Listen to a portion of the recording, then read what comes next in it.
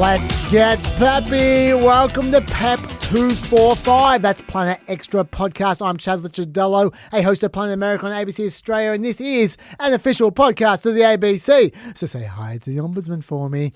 On PEP, we cover all the stuff that's too nerdy for TV. If you're listening, you can find us on YouTube at the PEP with Chaz and Dr. Dave channel, and you can find highlights there now as well. And we're also on Facebook at the Chaz from Planet America channel. You also find timestamps and show notes in our blurbs. And if you leave a comment under our current episode video, we are likely to see it. You can also tweet us or blue skies at PEPCHASDRDAVE. That's at PepChaz Dr. Dave. If you want to chat to some fellow peppers, you can join our Discord server. It's on the screen now or in the blurb of the podcast. But if you want to contact me or Lockie the Lucky privately, why not email us? The address is producer at pepthepodcast.com. That address again is producer at pepthepodcast.com.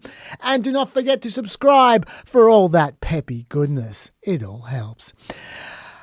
We are recording this at 2:42 p.m. on Monday afternoon, so there's a bit of an extra, bit of a bonus, or it's 10:42 p.m. on Sunday night on the East Coast. I'm not going to tell you how far I am behind. It doesn't matter because this is a catch-up ep. I'm very far behind. But for now, let's turn to... all our guest peppers are much loved, Lockie. I was going to say one of our much loved guest peppers, but Jared's much loved, and they're all loved. They're all loved. Except for that one. Yeah, I won't talk about that one. But it's not this one. Melina Wicks. Hello there. Hello. It's so kind of you to drop in for this little extra. I know you are supposedly on maternity leave, and you are... You're just burning your time off by doing PEP in the worst possible way. So thank you very much. I do appreciate it. No worries. Melina, what are you grateful for? I got two this week. First off, I am grateful for Coley, the adorable coal mascot being promoted by Trump and Energy Secretary Doug Burgum, who has reminded me this week that coal is clean and beautiful and officially been made great again thanks to President Trump. Look at him there. He's very cute. The fact that the anthropomorphic coal mascot is dressed as a coal miner, suggesting he's going to dig out his fellow coal to be burned for fuel, is pretty dark. But hey, he's cute. So thanks to Coley for reminding us that coal is great. Yeah, Coley comes from the same people who came up with all those chicken mascots for chicken restaurants, where there's chickens being delighting in being killed for you to eat. By the way, I don't know what the OSM that he's got written on him stands for, but I think it should be OPSM if you're looking at Doug Burgum. That does not look like Doug Burgum at all in any way, shape or form, unless you're talking about Doug Burgum's grandson. So, I think the cartoonist there might be the same guy that when he draws Donald Trump, he draws him with a six-pack with pecs.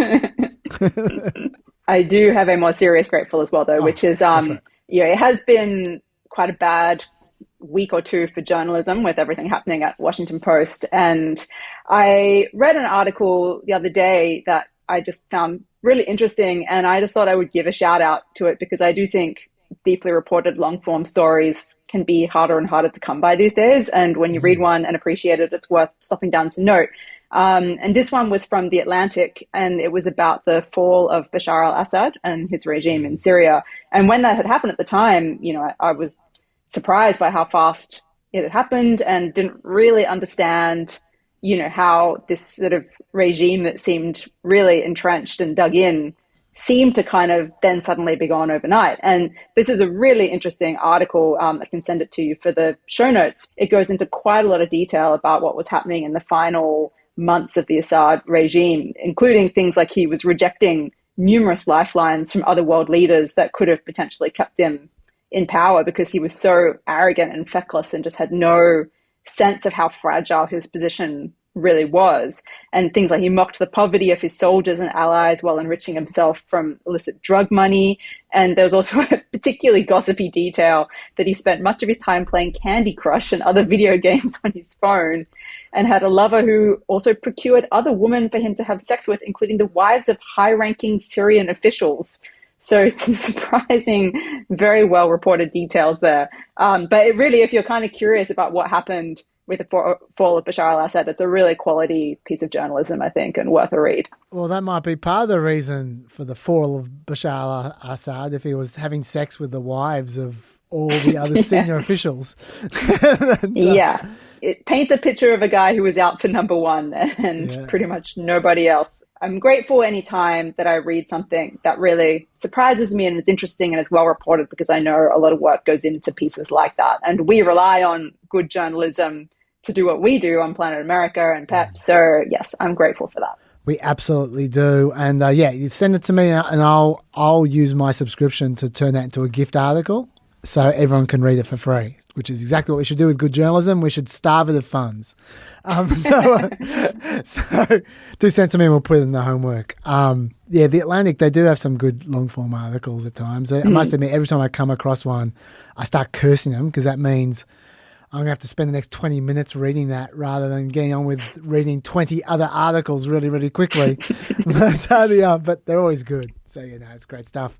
I'm grateful for two different people in the same story. We'll start off with the supervisor. Last week, I was going to do a whole thing on Kid Rock's terrible lip syncing in the alternative Super Bowl halftime show, because I found it hilarious. Like, it's rare that you see lip syncing as bad as that lip syncing. It was just very, very funny stuff. And the supervisor asked me not to, because I was not going to half do it. I was going to luxuriate in how bad that lip syncing was. I was going to play those clips 50 times and I was going to just play them at length. That would have been like my new visual stings. I was very excited about it. We were going to watch it for hours on the last PEP. And the supervisor was worried that we were going to get done for rights. And he was probably correct about that. So I decided, good call, supervisor. Let's not do it. The reason I'm so grateful, though, is where the second person comes into it. That very night, I was watching a YouTube account that Kirsten Drysdale has talked about on her The Internet Reviewed YouTube channel, which you should subscribe to. It's very good. This other YouTube channel is called Wings of Pegasus. It's a muso who uses music software to analyze live performances, and he'll tell you what's live, what's not, what's auto-tuned, what isn't, who's got a good voice, who doesn't. It's a really interesting channel. And he was talking about Kid Rock's performance, because a lot of people had sent it to him and said, oh, what do you think about that? Now, just before we go on, let's see a little bit of it. That's not going to get us copy striked. Don't worry, supervisor. Just a teensy little bit of the original Kid Rock performance that was so controversial. Let's have a look at that. And this is for the questions that don't have any answers. The midnight lancers in the top of dancers. Again, freeze the cars back with beepers. The G's with the 40s and the chicks with beepers. And Wings of Pegasus made a few basic points. Firstly, it would be a very strange kind of lip sync if that was a lip sync, because that song was Kid Rock's first ever hit, probably his biggest hit. He has performed it live for 30 years now, so that's thousands of times. If he was going to lip sync this song, I suggest he probably wouldn't forget where the words were. That would be strange. And during that, and the thing that made that lip sync so ridiculous was he kept on putting down his mic and just doing nothing while the track was continuing on. It'd be almost like aneurysm stuff for him to forget half a line is continuing now when he pulls down his mic. And yeah, the Wings of Pegasus made that point. It suggests it was performed live. But also, Wings of Pegasus noted that when you isolate Kid Rock's vocals, and he did this, you can hear the sound of his P's and his F's and his breaths into the mic. That also very much suggests it was performed live, because the point Wings of Pegasus said is whenever people lip sync to a backing track, even if it's pre-recorded that they're lip syncing to, they always smooth out the P's and the F's and the breaths. And this was not smooth at all. So it sounded live. Now, what Wings of Pegasus suggested was, even though it sounds like one person is singing the whole song, if you listen really carefully, it could well be two people singing the song. And at this point, before we go on, we should go to Kid Rock's extremely confusing explanation on Twitter that he made defending himself. And when I first watched this, I watched this before Wings of Pegasus, and I didn't understand it at all. I was just going, what? This is just crap. But after watching Wings of Pegasus and I watched it again, it suddenly started to make sense. Kid Rock introduces DJ and he said this. Also, when I asked him, I go, Freddie raps that song with me, my DJ. And they're like, he does what? And I'm like, oh no. I'm like, yeah, do we have any cutaways of Freddie? And No, they didn't. No. He wasn't, were you lit up? No. He didn't even have a light up. I was lit up. Any TV time? No. Sorry, no. I mean, you can see my silhouette. So basically, Kid Rock's saying, in an extremely unclear fashion, he recorded the song with the DJ and then he said to the Turning Point guys, did you get the DJ? And they said, oh, the DJ that performing. I had no idea. They had no lights on him, no camera on him. You couldn't see him at all. Right? So that's what he was explaining there. And then Kid Rock showed how the performance of that song actually goes. And this is for the questions that don't Have any answers? The midnight dancers and the topless dancers. The gang, the freaks, the cars packed with Speakers. the G's with the 40s and The chicks with beepers. the northern lights And the southern comfort. and it don't even matter if Your you're veins are punctured. all the crackheads, The critics, the cynics. all my heroes in the methadone clinics. And when you watch the Wigs of Pegasus video, which I'll put in the homework, and then you watch Kid Rock's explanation, it all makes sense. Yet, most people just watch Kid Rock's explanation alone, if anything.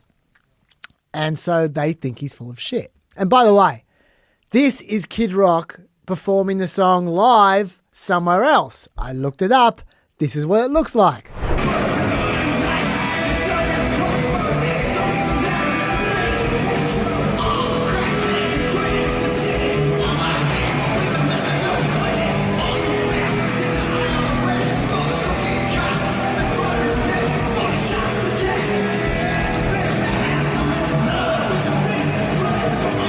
And you can see Kid Rock there pausing in the same points as he paused in the Turning Point video for the DJ, where we still don't see in that other live performance because it's a fan-made video. They don't know what they're doing, and that's the level that Turning Point's events seem to be at. Fan-made videos.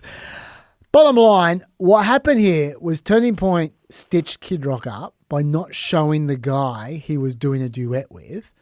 And that guy has an almost identical voice to Kid Rock, as you can hear. So it looked like Kid Rock was lip-syncing appallingly, but he was actually performing live on a pre-record, albeit. Now, no one seems to believe him, and so I'm grateful to the supervisor for saving me an apology, and I'm grateful to Wings of Pegasus for being one of those rare internet people who cares more about being right than servicing some political agenda. So good on you, Wings of Pegasus. I am grateful. Got any thoughts, Melina, before we go on? Yeah, it does make sense because it would be really weird for him and like just so unnecessary for him to lip sync because for starters, like it's not like a pop song where you have to hit the notes right and you can't do it. But also it's not like, I mean, people are probably thinking about lip syncing because the Super Bowl halftime show is famously lip synced, but that's because it's logistically incredibly challenging to get everything correct for that 15-minute window in between the biggest football match of the year, which is obviously the priority for the organizers, despite the fact that the halftime show is usually the most popular part. So there is a reason that the halftime show is lip synced, even when they have bands that don't lip sync, like the Chili Peppers, when they did it many years ago, famously, they resisted for years because they never lip synced, and then they ended up doing it, but they did it with their guitars unplugged just to make a point that they were being made to not do it live, which I suppose makes sense, particularly for the musicians, because what are they there for? To pretend play guitar and bass. But anyway, so yes, I think people might have made a leap from the fact that the Super Bowl halftime show is famously lip synced when there's just absolutely no reason for the Turning Point alternative halftime show to be. You make a great point as well that Kid Rock doesn't sing, he just screams. There's no need for lip syncing then. He's got a lot of margin for error in his performance. He does. Okay, there's only one correspondence. We didn't make any mistakes last week, which was lovely. It's a nice change from the week before. But we got a lot of correspondence from people who either loved or hated my list of music, my 30 songs, not my top 30, although people kept on thinking it was the top 30, just 30 songs from my highlight reel from 2025. And a lot of people were saying, put your list up, put the whole list up. I want to see the whole list, the whole 400 songs, please. Now, look, I've shared people on my playlist before. It's a mistake. They start wanting to know why X isn't there or Y isn't there. In fact, we already started seeing that. Even when I told you, this is just 30 songs out of 400. I was getting people going, oh, where's Sabrina Carpenter? Oh, where's Bad Bunny? Oh. You go, well, yeah, look, I'll be honest, I'm not a big Bad Bunny fan. Don't tell Trump that I agree with him. but no, I'm not huge on reggaeton generally. There's a song or two of his I don't mind, but I'm not going to pretend. Oh, it's just outside the 30. There's all these Bad Bunny songs. But the fact is, the more you know of my list, the more people are going to be going, why isn't that there? Why isn't that there? And I'm going to start freaking out about it. And when I start changing a list, which I do frequently, because there's a highlight list, it's not my full list of songs from 2025. So I change my highlight list. When I'm changing it, I'm going to be thinking about who else is looking at that list and whose account are we sharing that list on, by the way. It's just a distraction I don't need. And so I'm not going to be sharing you on my list. I'm going to keep some mystery. But there are enough people who are interested. I'll give you more songs, okay? So I'll give you 40 more songs today. And I don't know how many more times we're going to do that. But 10 more times. No, there will be a limit, and this might be it. 70 is plenty of songs to listen to for now. So I'm going to reel off another 40 songs quickly for you, and Lockie can put up the graphics so you can see them written down.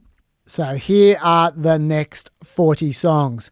Sweet Dreams by J-Hope and Miguel. Who Are You by Sega Faye. 2001 by Phineas. The Gift by Hilltop Hoods and Marlon. The Longest Goodbye by Role Model and Leve.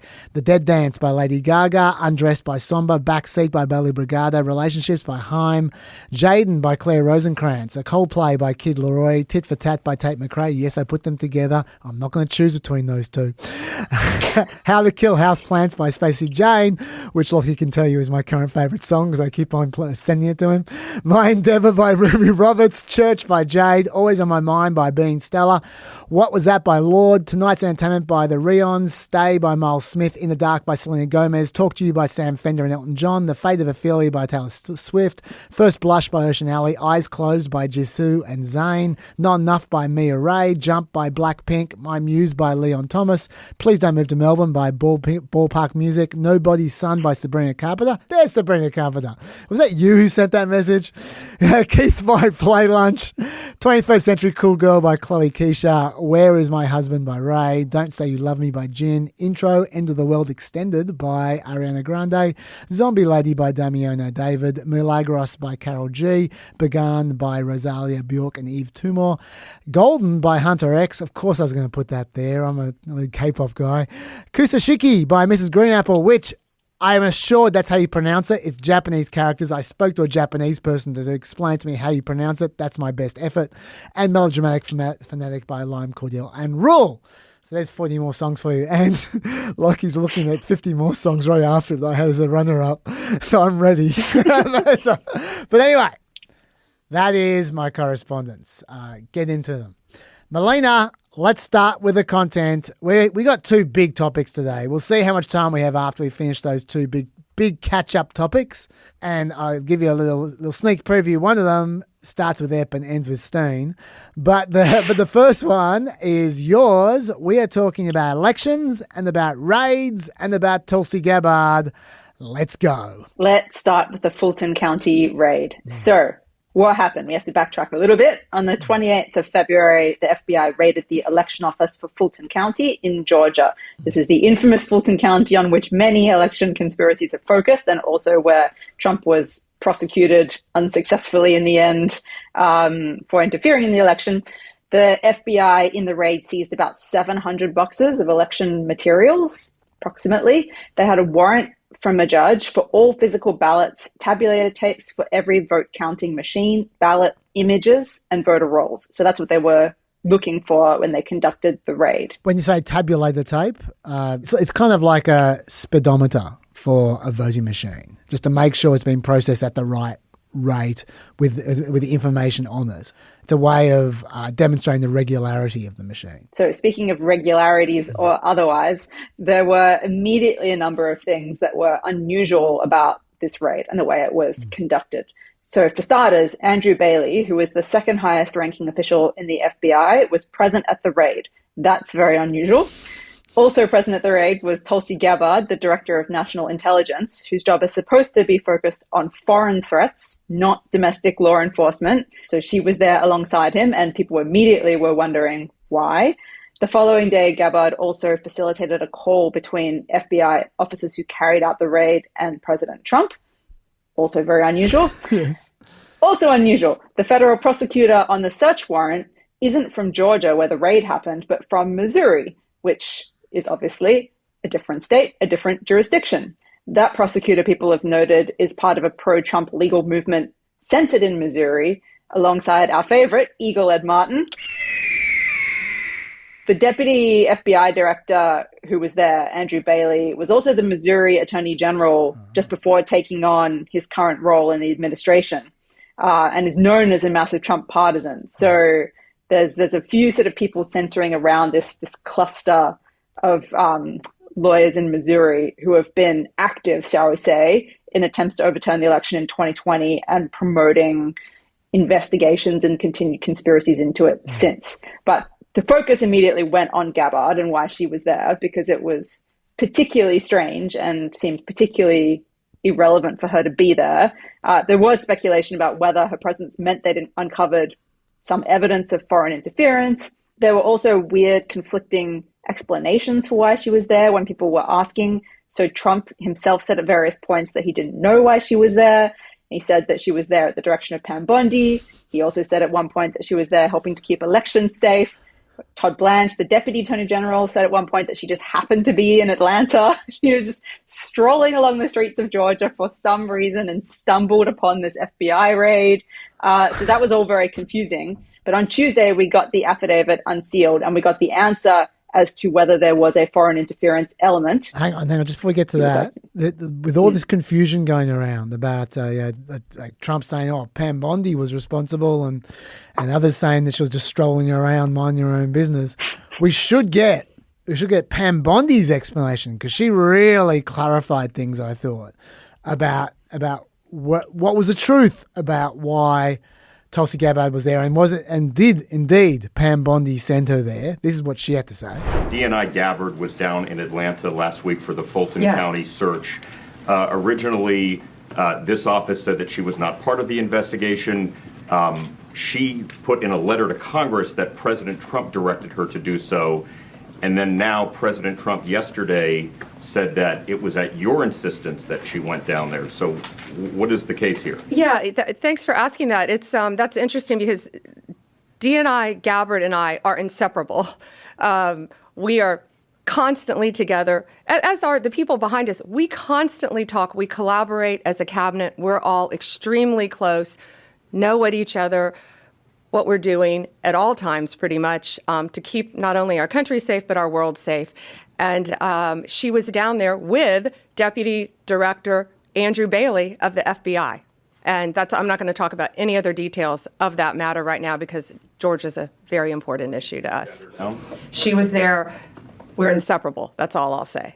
They're inseparable. That explains everything. Yeah. Well done. Except Pam Bondi wasn't there. They were separated for that one moment.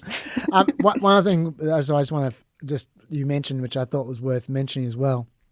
When you said it's not Gabbard's job to be dealing with domestic intelligence, she's meant to be dealing with foreign intelligence. It's not just it's not her job. She's legally not allowed. Like, there's an executive order from I think it's the Reagan administration, and it was updated by George W. Bush, that literally bans intelligence community work involving acquiring information concerning domestic activities of US people. So if she was doing any intelligence work whatsoever in this domestic raid, she was breaking an executive order. So, yeah, so it was as you say, unusual. Now, as you Yes. were talking about the affidavit.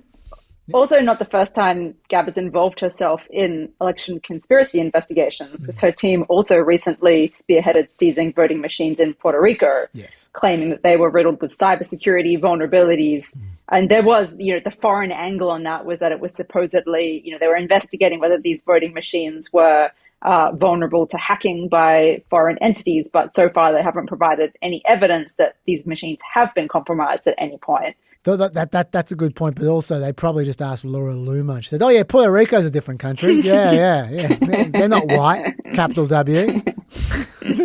Yes, but yeah. So there was speculation: is there some justification in the affidavit that would reveal why Gabbard was there? We now have the affidavit, and the answer is no.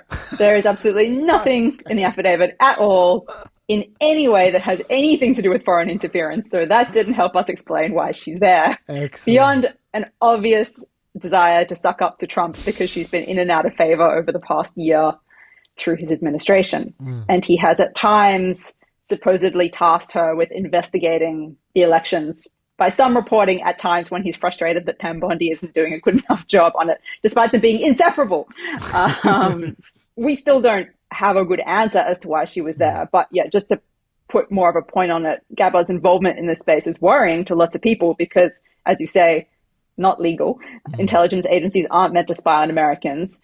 But also more broadly, if there's even a perception that intelligence agencies are interfering with elections or preparing to, that's obviously extremely damaging for US democracy. And we're getting to that space, not where I'm saying it's happening, but where people's confidence is going to start to be reduced and get shaky on this matter. And so it's very concerning to people, rightfully, and we don't have a good answer on why she was there.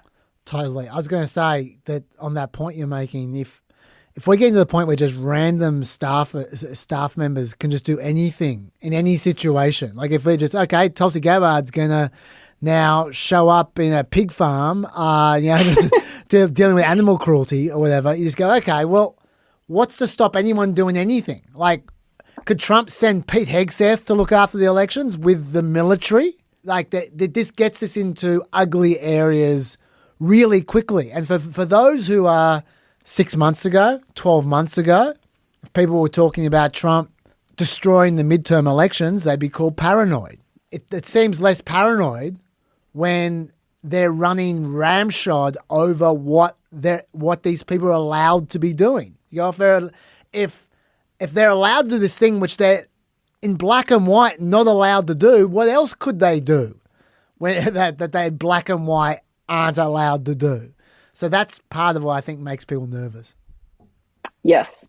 While we don't know any more about why Gabbard was involved in any justifiable capacity, we do know more about where the affidavit came from now. Yep. Do you want to say any more about Gabbard before we move on to that? I just wanted to be fair to Gabbard, I wanted to give, she actually wrote a letter to Congress justifying why she was there. So I thought we should just read out her explanation.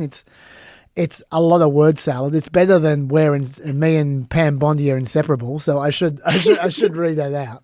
Oh yeah. First of all, she said the FBI's intelligence, counterintelligence divisions are amongst the 18 elements that she oversees. That's the first thing she said.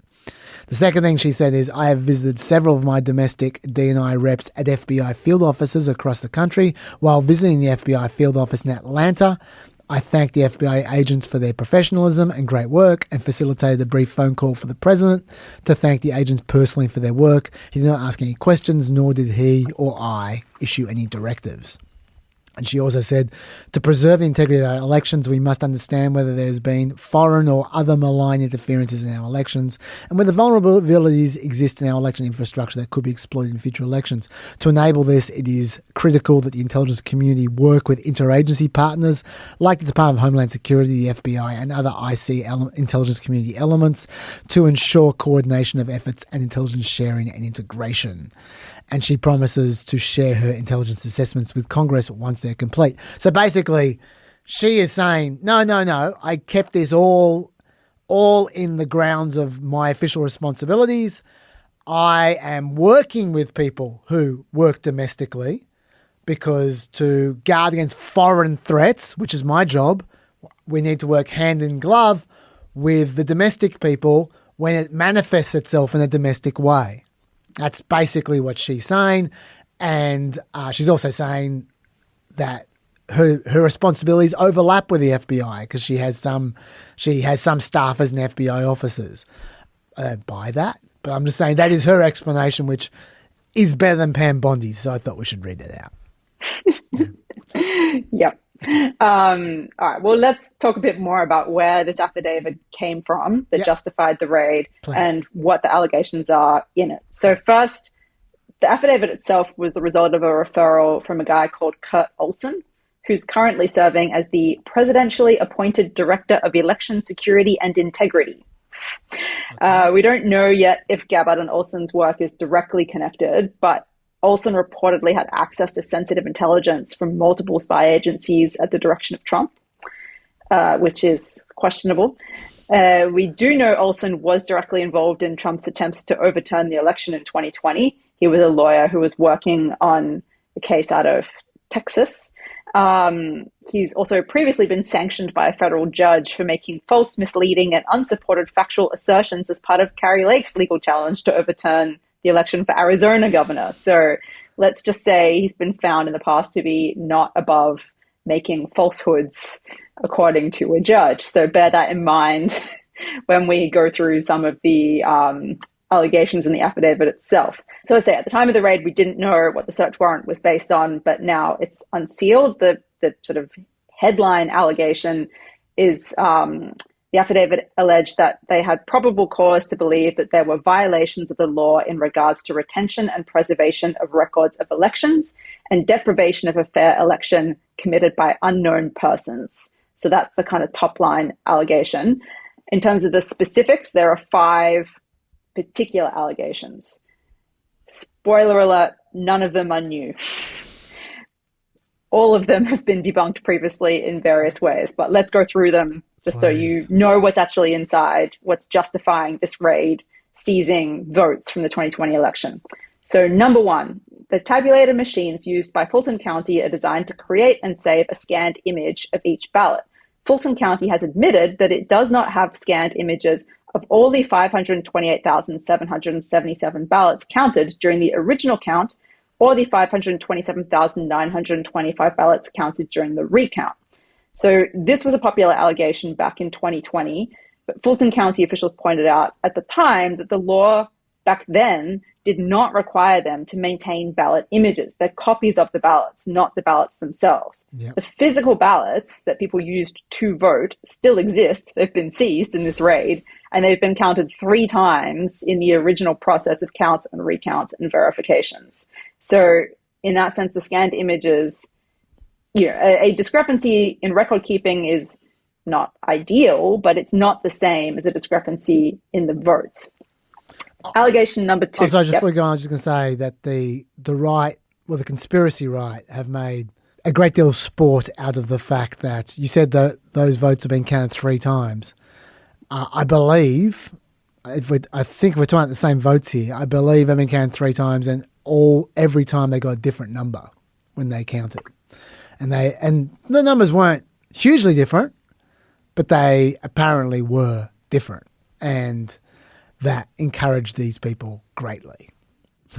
Yes, which is addressed later in some of the other things. But basically, you're counting a lot of votes. It's humans counting. It's not going to be the same every time. That's not, that's not a conspiracy. That's pretty normal human error is the conclusion that serious people have come to investigating this. But we'll get to that. We will. The second allegation is that Fulton County has confirmed that during the recount of votes, some ballots were scanned multiple times. Ballot images made available in response to public record requests showed ballots with unique markings duplicated within the ballot images. So that's some duplicates of scanned ballots. Yep. So again, duplicate scans is not the same as duplicate votes. Ballot papers are what's counted, not the scans. Yep. There were around 3,000 duplicate scans. State investigators have already looked into this. They couldn't determine if there was any duplicate counting of votes. So it's not impossible. This is the closest of any of the 5 allegations that's been in any way substantiated, only in the sense that we don't know for sure with those 3,000 votes, whether any of them were counted twice. But there are innocent explanations for how a ballot can come to be scanned twice. It's basically human error in the scanning process. At times, if a ballot is scanned and it's not clear enough in the scan, they might do it again and they're supposed to delete the previous file. But, again, human error, you could accidentally not delete 3,000 votes in the scale of the, 300 plus thousand votes is a relatively small amount. And the people who did investigate this found that if they were counted twice, it was more likely to have favored Trump. Yeah. So again, not evidence of a conspiracy against Trump at all. The third allegation, during the risk limiting audit, auditors counting the votes by hand reported vote tallies for batches inconsistent with the actual votes within the batch. The state's Performance Review Board reported that Secretary of State investigators confirmed inaccurate batch tallies from the risk limiting audit. So that was the third count. It was investigated by the Secretary of State in 2022, as the affidavit alludes to. And that report, as a result of that investigation, said, the purpose of the risk limiting audit is not to get a precise count, but to confirm the winner of the election, which it did. A precise count of over 5 million ballots by human beings in 159 jurisdictions is impossible. Humans counting will always produce errors. In Georgia, the difference was only 0.1053% in the number of votes cast and 0.0099% in the margin.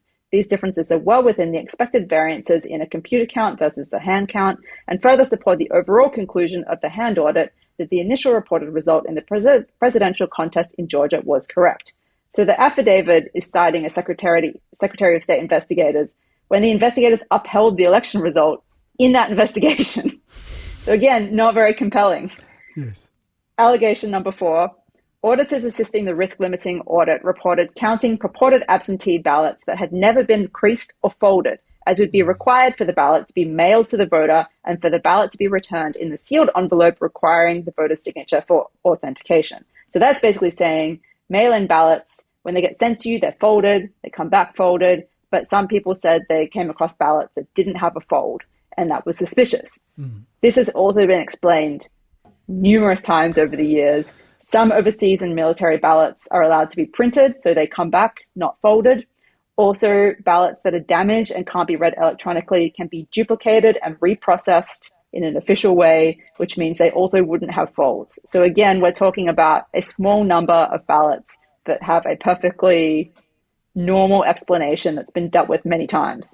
And the last allegation in the affidavit, on the day of the deadline to report the recount results, Fulton County reported a recount totaling 511,343 ballots, 17,434 ballots fewer than the original counted.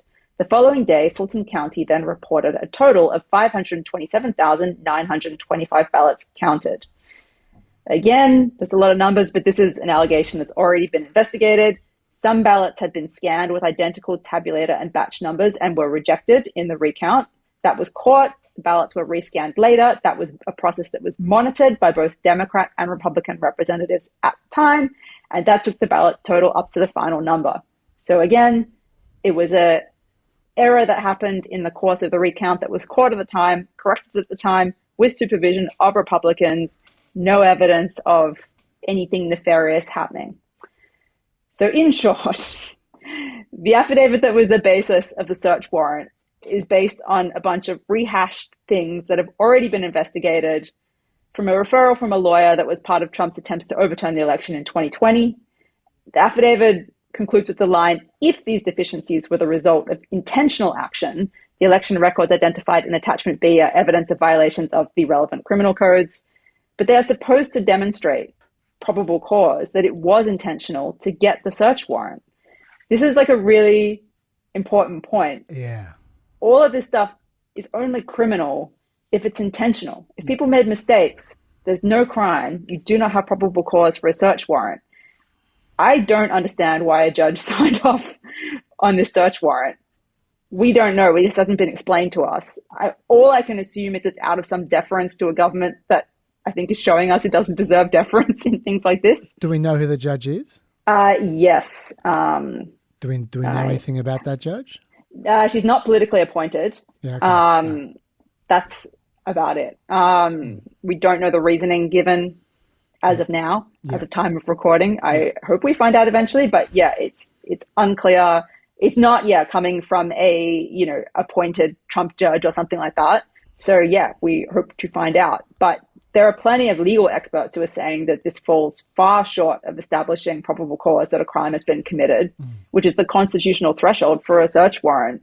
Again, if there's no intent, there's no crime. And the affidavit itself doesn't at any point make an allegation of intentionality. Yeah. It's just these sort of vague inferences about, oh, this was a bit weird. These numbers didn't quite match. They're not even pointing the finger at a person who they're saying has done anything wrong. And I'm obviously not saying that there were no mistakes made in the course of conducting the 2020 election. It's a huge operation to conduct an election in the States. People make mistakes. There are always going to be mistakes at the margins.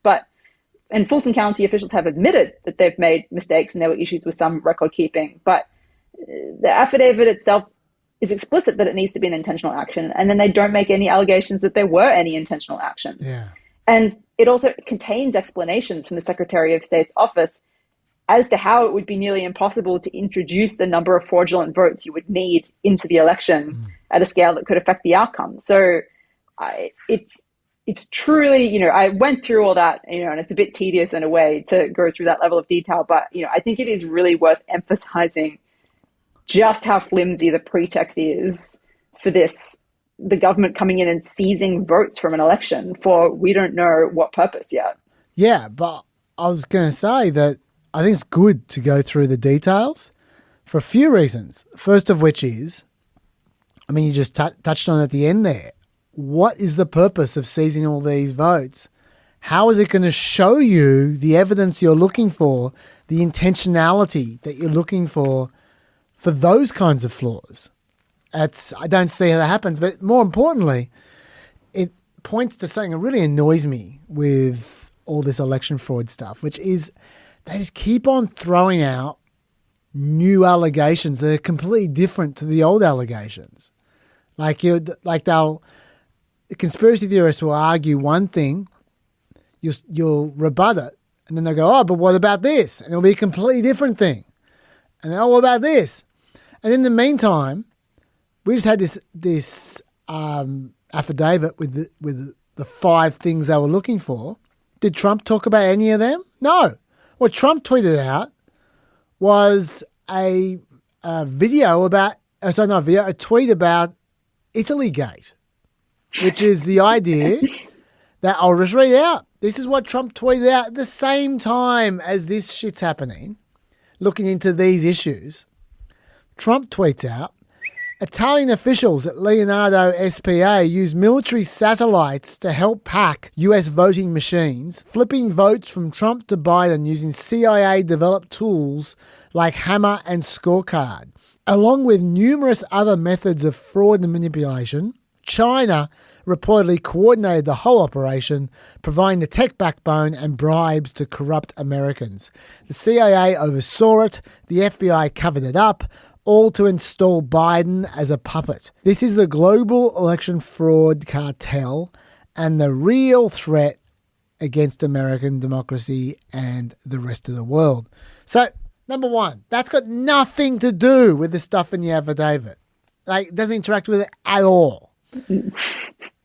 Secondly, it makes no sense.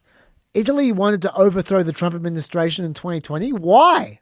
Why would Italy want to do that? Why would China use Italian spy satellites rather than Chinese spy satellites? You telling me China doesn't have better spy satellites than Italy?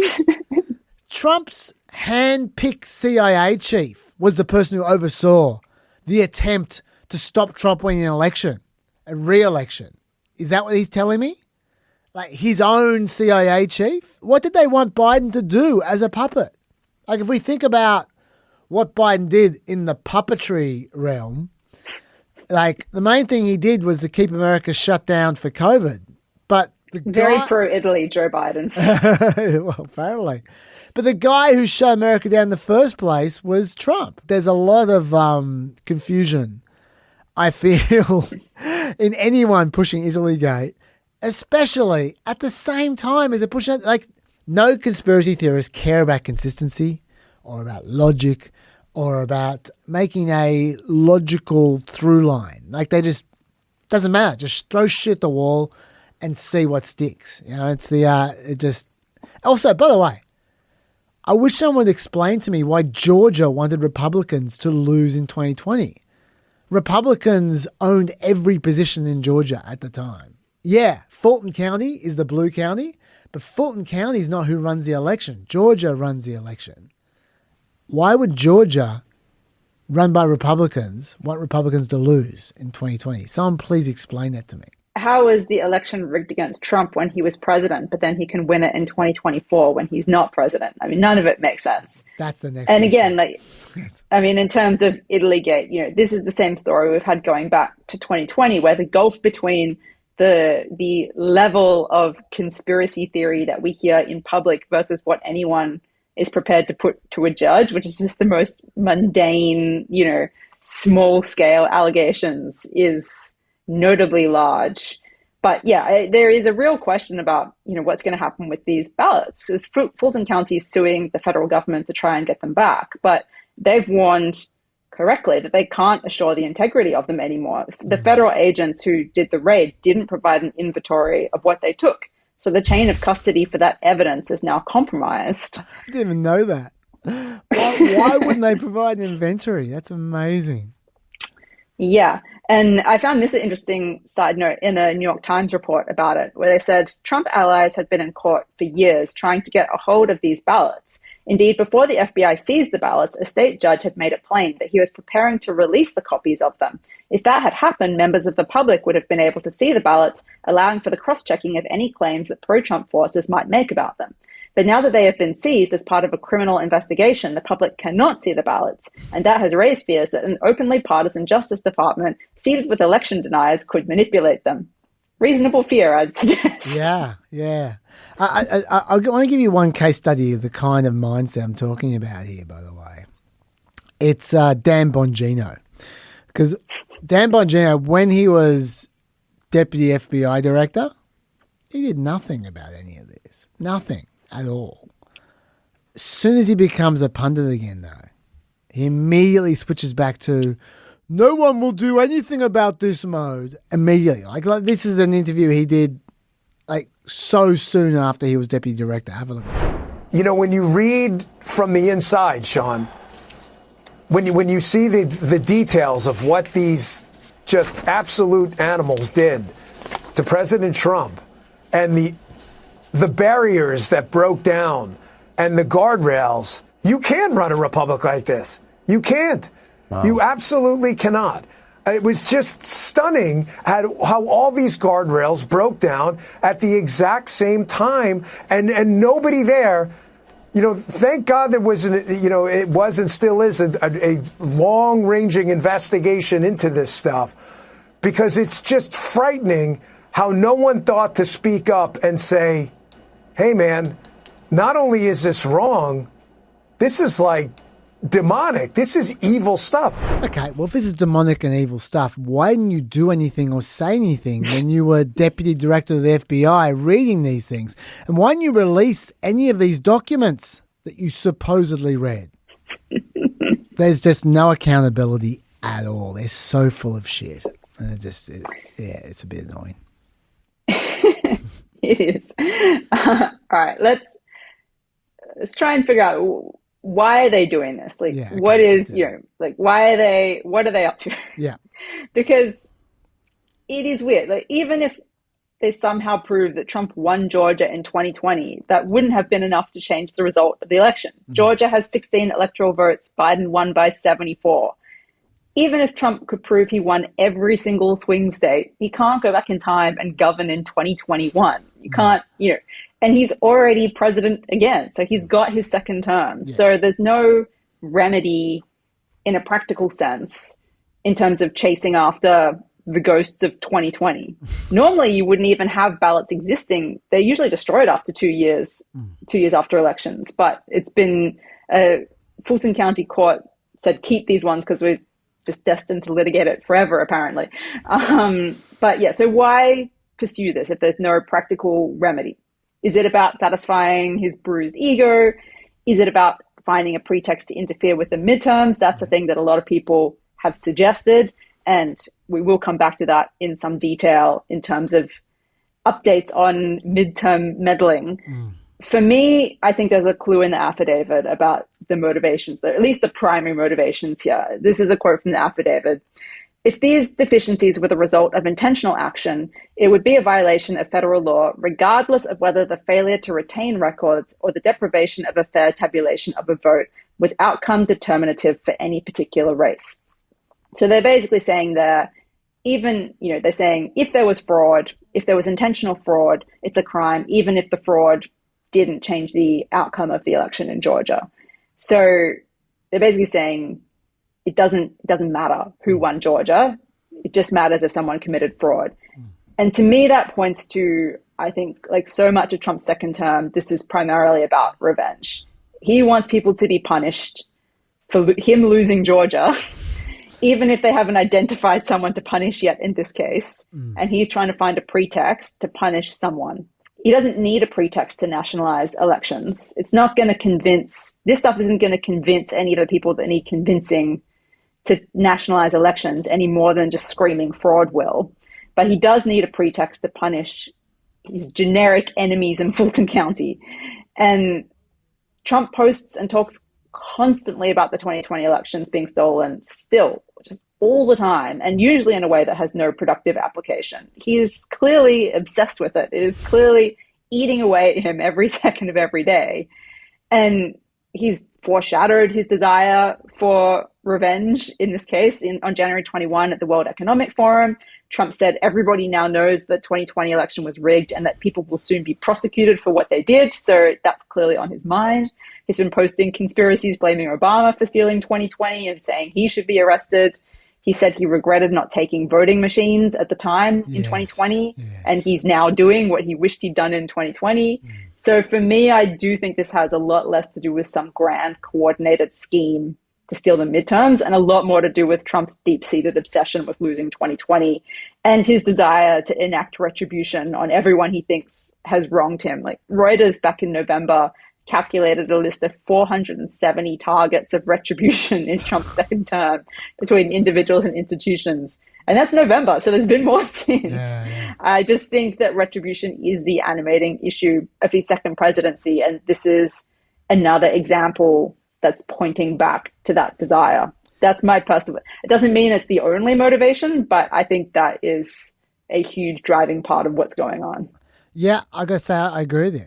I don't think like this is the beginning of some midterms rigging or something like that. And I'll tell you why. When Trump spoke to Dan Bongino before, he said this. The Republicans should say, we want to take over. We should take over the voting in at least 15 places. The Republicans ought to nationalize the voting. You notice how it wasn't, I'm going to take over 15 states. I'm going to nationalize the voting. It was Republicans should take over 15 states. Republicans should nationalize the voting. He's already in complaining about other people mode. He's in loudmouth drunk mode. What they ought to do is they ought to do this. He loves that mode. That is not an active mode. I think he's given up already and he's having a huge whinge. That's what I think. I think he's having a vent and a whinge because he thinks it's not fair and everything's shit, and he's very unhappy and he's not getting the credit he deserves. That's what I think is going on. And so I think that this is a temper tantrum. That's what I think. And if I thought he was playing 4D chess and cunningly doing this and doing that to set up, interfering with the midterms, I'll tell you what he wouldn't be doing. He wouldn't be making this about 2020. Because every time he opens his mouth about 2020, especially to talk about Italy-gate and things like that, he becomes a figure of mockery. That's not going to win. Right there. And so, let's face it, him and his people could make up fraud allegations about any election. That's what their absolute specialty. He could just as easily make up fraud allegations about 2024 as he could about 2020. Not that he made up any of these. He stole these from his supporters, but his supporters could easily come up with 2024 theories and examples of fraud, and he would be taken more seriously if he was talking about them for two reasons. Number one, because he won, so he doesn't look like a sore loser, and number two, because it's the most recent election, so that makes sense. But yeah, the more he gets hung up on 2020, the more, to me, it looks like him venting about something he can't get over. I have no evidence for that, but that's just my sort of gut feel. What are your thoughts on that? Yeah, I agree. And he has people working for him throughout the administration that basically see their job as to try and police him. And so looking for fraud, trying to prove fraud, trying to prove he won the 2020 election, or even just looking like that's what you're trying to do, regardless of what the ultimate outcome is a way to suck up to Trump. Yeah. And there are a lot of people in that administration that are very interested in sucking up to Trump and understand that that's the best way to go about it, because this is the thing he's most interested in to his own political detriment. So, yeah, I think that's primarily what the raid is about. Having said that, I do think it doesn't mean that people, including Trump and others in his administration, aren't doing their best to put their thumbs on the scales for the midterms. And the nationalizing election talk, even though, as you say, he's basically throwing it to Republicans to do because it needs to be them to do it, is in one sense a kind of a futile, setting up a pretext to complain if Republicans do lose badly in the midterms. I mean, this is the playbook he's run over and over again since 2016 when he ended up winning, but where he's like, it's rigged before it happens. And then it's like, if you either win, it's like you just pretend you never said that, or if you lose, you have a ready-made excuse for losing. Yeah. So I think it's part of that. But, there are definitely a lot of strange actions happening across the board through the administration in things related to voting. Some of it is forward-looking. And I think it's less a case of a grand, coordinated 4D chess conspiracy and more a bunch of people in his administration just trying things, just throwing anything at the wall, see what sticks. If you just put enough holes in the dam, maybe something breaks. And I think the nationalizing election talk is one aspect of that. It is worth pointing out Trump can't nationalize elections himself.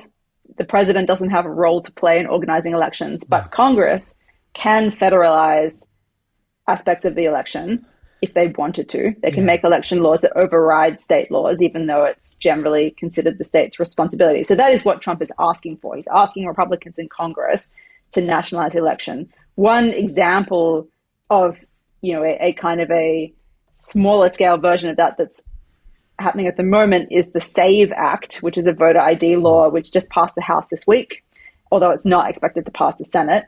So, it doesn't sound like it's going anywhere. Trump, for his part, has said if Congress doesn't pass it, he'll do it by executive order. He posted on Truth Social, the Democrats refuse to vote for voter ID or citizenship. The reason is very simple. They want to continue to cheat in elections. This was not what our founders desired. I have searched the depths of legal arguments not yet articulated or vetted on this subject, and will be presenting an irrefutable one in the very near future.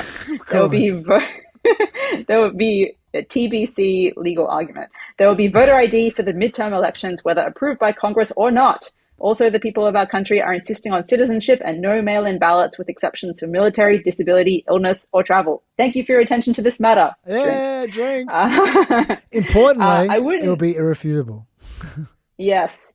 I mean, he hasn't found it yet, but it will be irrefutable. I don't generally think of searching the depths of legal arguments being a good thing, but we'll see if he finds something. But it is worth pointing out that he has already tried to change voting rules by executive order last year and was struck down by the courts. Also, in relation to the SAVE Act, I saw an interesting thing last night from friend of the pod, Jessica Riedel, saying when Kansas did a version of, and I've been guilty of saying this in the past, voter ID, so is it so bad? Is it that much of a restriction? And she made the point, when Kansas did a version of the SAVE Act, it purged around 40 ineligible voters and stopped 31,000 legal citizens from registering to vote, 12% of all applicants. So it's 775 legal voters lost for every one ineligible voter that was struck. So that's pretty compelling, I feel, as an argument for why we shouldn't have these laws. I just want to back over quickly something you said before when you were talking about the feds versus states when it comes to elections. I just found the relevant provision of the Constitution, which is Article 1, Section 4. State legislatures primarily regulate the times, places, and manner of congressional elections, while Congress holds ultimate authority to alter or make regulations except for the location of senatorial elections. I think it's not misinformation, but it's ignorance. There's a lot of ignorance out there about state-run elections. And people say, because in the Constitution it says that they're run by the states, the Congress can't pass any laws at all about elections. That's just not true. It specifically says Congress can pass laws. Where the balance is between the state control and Congress's ultimate authority to alter or make regulations, that's up to a judge. That's up to the Supreme Court. The fact is, there's no suggestion that it's just the states, or in Trump's case, just the president. Like, he likes to pretend he has complete control over elections. They share authority, and it's designed that way. Yeah. Yeah, the one person we know does not have any authority is the president. Yes, that's correct. Yes. No role to play, as the courts have decided very recently, specifically against Trump. I mean, the question of should elections be administered nationally is a kind of an interesting one, because they are in Australia. And I would say it generally is a good system here. I did find it interesting. There was a guy in the States who literally wrote a book arguing US elections should be nationalized. And he's cited countries like Australia as a positive example of that. And he's now changed his mind because of Trump. Yeah. He's refuting his own book. And he said specifically, our messy, decentralized, partly partisan, uneven system of administering elections turns out to be the best bulwark against would-be authoritarian presidents. I mean, I find it interesting because on the one hand, I wouldn't advocate for a messy, decentralized state-by-state system generally still, but I do understand in this case, it's sort of there. I can see why he's rethinking his position, because it does make it harder for Trump. Having said that, I do think in the same way, like Trump's kind of and his team's messy, decentralized way about trying to undermine elections also makes it harder to protect elections, because I think the scary thing is with protecting the midterms and future presidential elections with these kind of actors in power who, have no qualms about trying to undermine elections. Like, you have to be prepared on so many fronts if you're someone with an interest in tackling this kind of stuff, because even if most of the strategies that they're trying on is unlikely to succeed, you need to knock back all of them. We're not talking at congressional midterms, like it's not like a nationwide election, which is much harder to kind of, do anything on a big enough scale. We're talking the last few elections, it's come down to a handful of seats in the Senate and the House. So you don't necessarily need to get up to funny business in so many places to at least, if not like rig an election, to like create questions and uncertainty and division that can be really toxic and damaging. I mean, it's already happened with 2020, but, to kind of just push that toxic trend even further to the point where it becomes harder and harder to know the truth, even for the people who are trying to find out. And I do think that's a real danger. Yeah, I think it's fair. I was going to add one thing on Richard Hasen, the guy you described before, who used to be a big fan of nationalised elections but now changed his mind because of Trump. He made one other point as well, which is he noted that if the Supreme Court keeps up with the unitary executive theory they've been pushing recently, then nationalising elections could put them entirely in the hands of the president, because the Supreme Court would rule you can't have that big power out of the hands of the president if it's not specifically designated away from the president. And he's worried about that as well. He's saying that that could be dangerous. That could put the entire country in an authoritarian situation. So I think interesting thoughts from Richard Hasen. And you can see the administration like just trying this sort of, again, like throwing stuff at the wall, seeing what sticks, because you've got Steve Bannon out there saying that they're going to send ICE to intimidate voters, which would be illegal to intimidate voters. But Data for Progress poll this month found 64% of people agreed when asked if they believe the president will attempt to deploy immigration enforcement agents to prevent participation in the midterms. And even just people believing that can affect behavior in ways that is not good. The administration's also asked 46 states for their voter rolls for some reason. They're not allowed to access those rolls because of state privacy laws, but they're asking. And they tried to make access to Minnesota's voter rolls a condition of withdrawing their ICE officers during that standoff. You know, one of the big fears when Trump says he regrets not seizing voting machines for 2020 is, you know, if a vote is close in a pivotal race, if it comes down to one Senate seat, one House seat, does he send people in to seize the voting machines? At which point, even if we get a release, do we trust the release of the information at that point? Will we ever know the real result, or does it seed doubt? Even if they are in possession of them for a period of time, do we then never know? Are we never able to feel confident again that the vote was accurate? These kinds of things where, you know, they would have felt very hysterical a year ago, now start to feel a bit more like a concern that people at least need to think about, because there are strange things happening. And there are, you know, you can just see these attempts throughout the administration of people being like, well, what if I push here? What if I look there? Like, what will happen if I ask for this, or I try to get control of that? And we don't know what the result of all of that is going to be. I don't think the people who are doing this stuff know what the result's going to be. I don't, again, think it's some sophisticated, organized conspiracy. I think it's just a lot of people who don't care about election integrity trying to figure out what angles they can in an effort to please Trump. But you can see how it can lead to quite a dangerous place. I can tell you, I've got a few things to say here. I can tell you why they want the voter information, the voter rolls. I can tell you why. And the reason they're suing 24 states to get their voter rolls. I can tell you why. Because one of the states that has agreed to give up their voter rolls is North Carolina.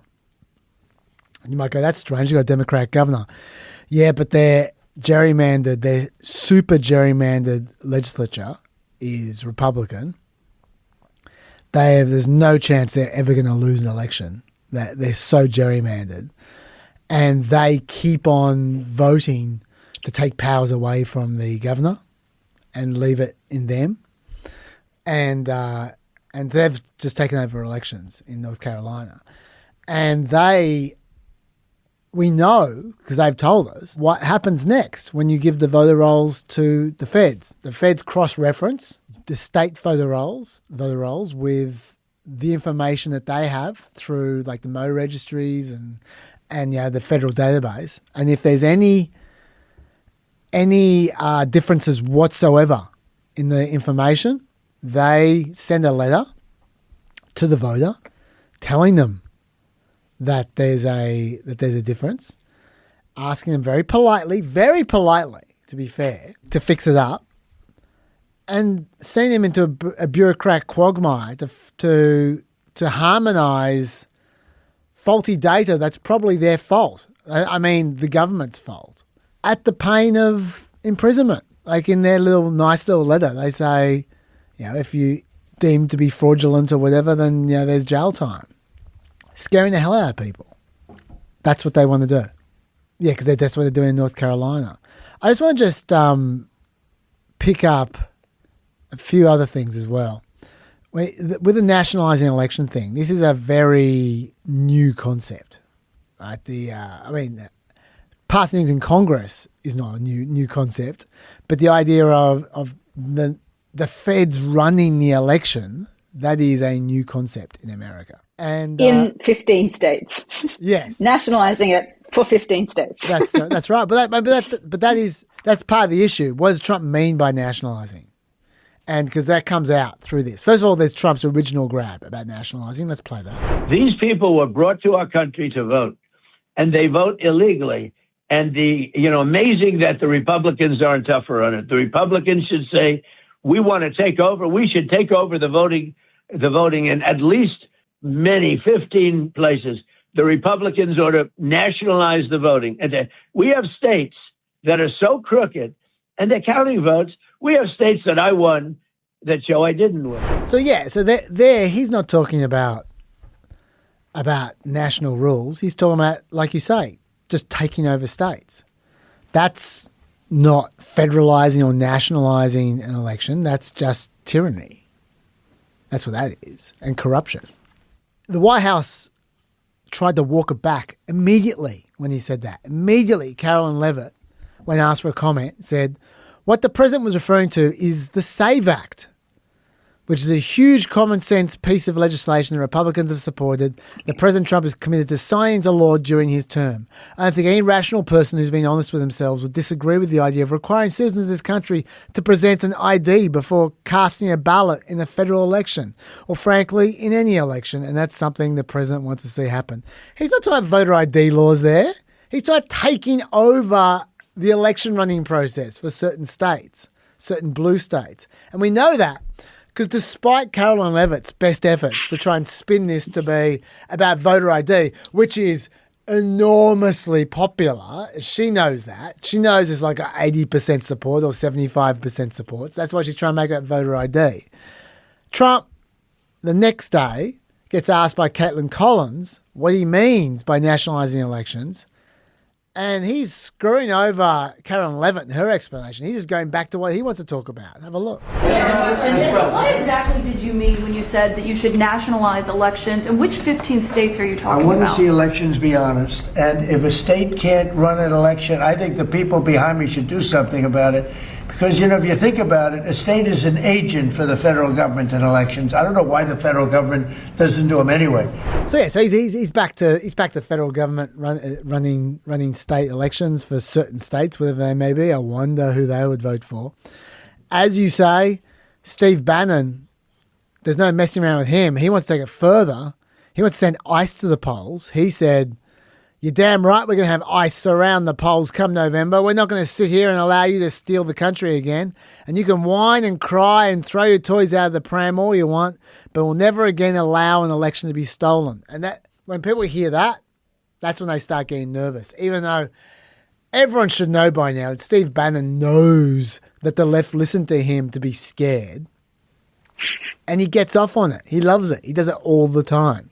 Well, it's been pointed out that Bannon did foreshadow January 6th before it happened, so I wouldn't give it no credibility. Yes. But, I don't think that you're going to see ICE agents outside every polling booth with, machine guns and all this. But, they're like, will they be in some key areas, some areas where there may be more minorities than other areas in swing states? I wouldn't put it past this administration. I certainly wouldn't put it past them to desire that. But whether it will happen, I think that's a different question. Because first of all, there are 110,000 polling locations and there are 20,000 ICE officers. That's one ICE officer for every 5 polling locations. So they can't be spread that thin, even if you throw Customs and Border Patrol in there as well. It's more like a 1-to-1 if you throw in Customs and Border Patrol as well. All right, let's just say they patrol in blue areas, which is what you were just hinting at before. Let's leave aside if it can legally be done. I'm not sure it can legally be done, but let's just leave that aside. Let's say, for argument's sake, it can legally be done. Or for argument's sake, they don't care. Yeah, I was going to say, like the administration cares, yeah. If they're legal, what do you think it'll do to vote totals if ICE officers show up on election day? Because it would be a huge news story. Wherever it happened, that would be a huge news story. The Democrats would go to court to keep those polling locations open longer, the ones with ICE officers, because they would say, the ICE officers are scaring people and distracting and slowing everything down. So we need to keep up the polling. They need to keep the polling open later. They say something like that every single year. And you know what? They always win. Always. It's so easy for a judge to go, yeah, stay open 3 more hours just to make sure. Okay, so they always win. So any polling location where ICE turn up, just guarantee that polling location will be open until 2 a.m. because it will, which will lead to more people. But on top of that, what do you think the activists are going to do? What do you think the activists are going to do if ICE show up in their armour and their nightsticks and their machine guns and all the rest of it at the polling locations? The activists are going to turn up where the ICE guys are, and they're going to look for a fight. That's what they do. That is what they will do. I'm not saying it has to be a literal fight. It could be a metaphorical fight. It could be aggro protests. They could dress up like a frog. Indeed, lucky they could. what they'll do is they'll attract attention to it. And there'll be some kind of aggro from someone.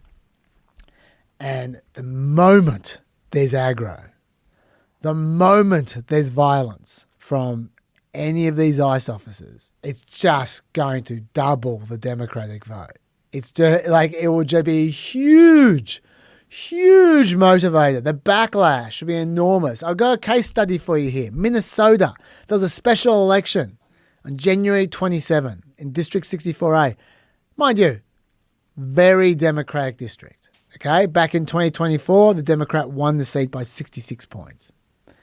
How much do you think they won the seat by on January 27? In the middle of all this immigration shit. What do you reckon, Melina? I don't know. They won by a 91-point margin, the Democrats. That's the margin. 91 points, okay? There's your case study. It's just, if they were dumb enough to bring ICE out to the polls, that would be the biggest electoral slaughtering you've ever seen in your life. Like, it would just be 1984. Like, I don't mean the movie, I mean the election. Which was like 1984 in that it was dystopian, where I think the Democrats won one state. But it'll be like that.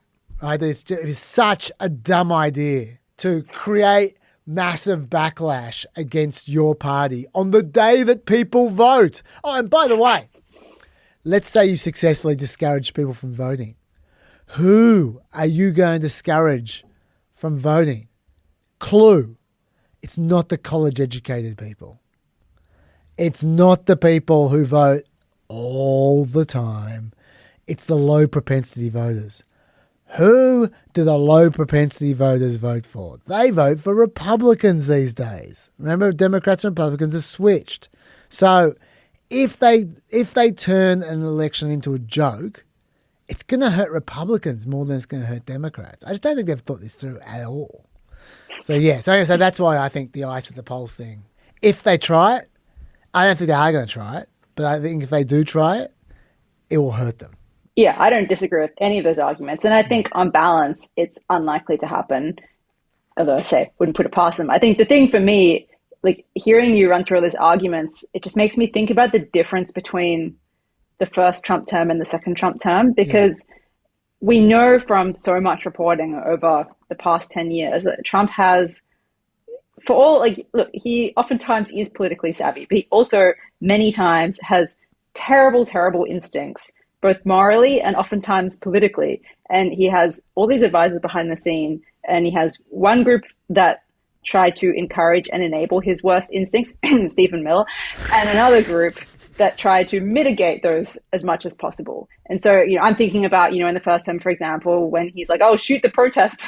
And there are people being like, yeah, maybe don't shoot the protesters. And I think the story, one of the stories of the second term is that Trump is less reined in by the people that make the kinds of logical arguments that you're making. And there will be people behind the scenes saying, send ICE to the polls, people like Steve Bannon, and people in the administration, and there'll be people making all the points you've just made. And the question is, which side does he listen to? And more often than not, in the first term, he listened to the people saying, don't do that, it's illegal, or don't do that, it's immoral. And in the second term, sometimes he's reined in, and certainly I'm sure he's wanted to do a lot of things that we can't even imagine, how bad they are, in terms of his first impulse. I'm sure we'll find out someday. But the people trying to rein that in have been less successful in his second term. And that's why I'm a bit more like, you never know at this point, because already things have happened that I think, you just can't imagine happening in the first term. Well, it didn't happen in the first term. And so I think that battle happens behind the scenes. And all the arguments you make of why they shouldn't do that are correct. They also shouldn't have sent ICE into Minnesota to confront locals. I mean, look at that's been politically terrible for him, everything that's played out in Minnesota. And it was very predictable. And I'm sure that there were people in the administration, as well as plenty outside, who predicted it, and yet he did it anyway. So that would be why I would say I wouldn't bet on it happening, but I also wouldn't be unworried about the possibility. I wouldn't dismiss it as crazy at this point. One question I want to ask you about, we kind of brushed past this, but I just want to just go back briefly. Some people have noted this concern about nationalising elections is a bit convenient from the left, because the left spent 4 years pushing the For the People Act from 2021 to 2024, which was nationalising elections just from the left. And now the SAVE Act is, inverted commas, nationalising elections from the right. Both sides have been trying to pass laws, which they're allowed to do, as we just established from the Constitution, try and pass national laws to win the battle over election rules. Apart from the fact that it's just obvious hypocrisy for both sides to be going, oh, you can't do that, to the other side. Isn't that okay? To just find some laws to try and make elections run smoother? I mean, to me, the more important thing than whether elections are national or state run is whether they're independent or political, partisan political. Yeah. And in Australia, the key thing isn't the national. I mean, that can make it be more organized, but the key thing is that it's independent. And I think that would be better than partisan, rulemaking for elections from the left or the right. But unfortunately, I also think America is about as far as you could imagine from being able to put something like that in place at the moment. So it's all like pretty moot in my view at this point. Yeah, look, I'm inclined to agree with you. I mean, you might think that, me being Mr. Libertarian, I would prefer state-run elections. I understand the logic for state-run elections. The logic being you can have all 50 states experiment with, and you have the constant, like the usual arguments for federalism. Like you can allow 50 flowers to bloom, and they can prove which one works best with experience. And also, they're harder to hack and harder to mess around with if there's 50 different systems, and if there's one system. I understand the arguments, but my personal view is I don't think it matters. I agree with you. I don't care. That's not something that gets my knickers in a knot, whether it's a state-run electoral system or whether it's a federal-run electoral system. Just, are you going to run it well or are you going to run it poorly? I don't care who's running it as long as they run it well, and which is very much what you're saying. So I'm inclined to agree with you. And the problem is, in America, there are far too few people running electoral systems well. And one of them was Georgia, who for their troubles have had Trump up their ass for the last 5 years. So there you go. Anyway. All right, here we go. What at least some of our commenters have been waiting for, us talking about Epstein. Haven't done it since late last year. Did it on Play America a few times, but we're going to go, as always, into a lot more detail here. Let's start off, Melina, by going person by person, what we've learnt about those people in the last few weeks. And obviously, you start with Trump. There's certainly no shortage of Trump in these files. According to the New York Times, he was mentioned more than 38,000 times in the latest batch of Epstein files, in more than 5,300 files, and that's not even the redacted stuff. Rokan has been throwing around the number 1 million of the number of mentions in the redacted stuff. I think he might have been very general when he said that, rather than very specific. Most of the mentions were incidental, though, if we're being honest. There really was only one source of serious allegations against Trump in the latest batch, that I know of at least. It was an FBI tip line that had completely unverified and some fairly wild claims in it. And when I say wild, I mean wild. For example, a complainant claims to have video of high-profile sex parties, dealings with cartels, and having witnessed Robin Leach strangle a young girl to death at a party. Now, Robin Leach was the host of Lifestyles of the Rich and Famous in the 1980s. It's a pretty wild claim that they saw him strangle a young girl to death at a party. The response, by the way, to that complaint was, complainant was spoken to and deemed not credible. I'm not shocked to hear that. For each complaint, someone has tried to follow up on them every single time. And usually no contact has been made with the complainant. They often don't leave addresses or contact details. There are a bunch of vague complaints about Trump at parties in that file.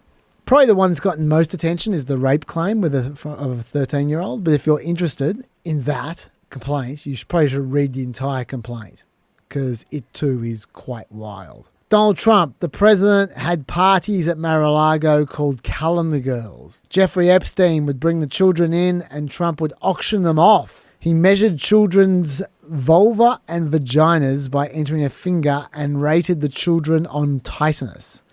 The guests were elder men and included Elon Musk, Don Trump Jr., Ivanka Trump, and Eric Trump were there. Attorney Alan Dershowitz was also there with attorney Bob Shapiro. It was taken in-room, forced to give oral sex to Donald J. Trump, forced to allow them to penetrate us. I was 13 years old when Donald J. Trump raped me. Ghislaine Maxwell was also present, and that person left no contact information, so they couldn't be contacted. This tip-off was after Donald Trump was president, so they had all the reason in the world to make it up. And honestly, the tip-off sounds unlikely to me. If that's what happened, what's described in that tip-off, I suspect we would have heard about this from more than one anonymous tip-off by now, because that's what was described there was fairly extreme behaviour. If nothing else, Eric Trump was said to be part of this. He was 32 when Trump was elected president. So just how young was Eric supposed to be at these parties that he supposedly attended? Look, maybe you take these tip-offs more seriously than I do. That's why I'm reading them out. You can make up your own mind. I did notice the Democrats in the Pam Bondi hearing the other day quoted some of those tip-offs in the Pam Bondi hearing, acting like they were credible claims, which I found interesting. Importantly, someone has tried to evaluate every one of these already. Could they have tried a bit harder? In some cases, maybe. Either way, this is really the main source of controversy about Trump, and I feel just for once he's been tarred with something he might not be guilty of. Some of those claims, I feel. Maybe that this is karma. He's gotten away with so many things he clearly did that every now and then he's going to get tarred by something that he didn't do. What are your thoughts on the FBI tip-off line?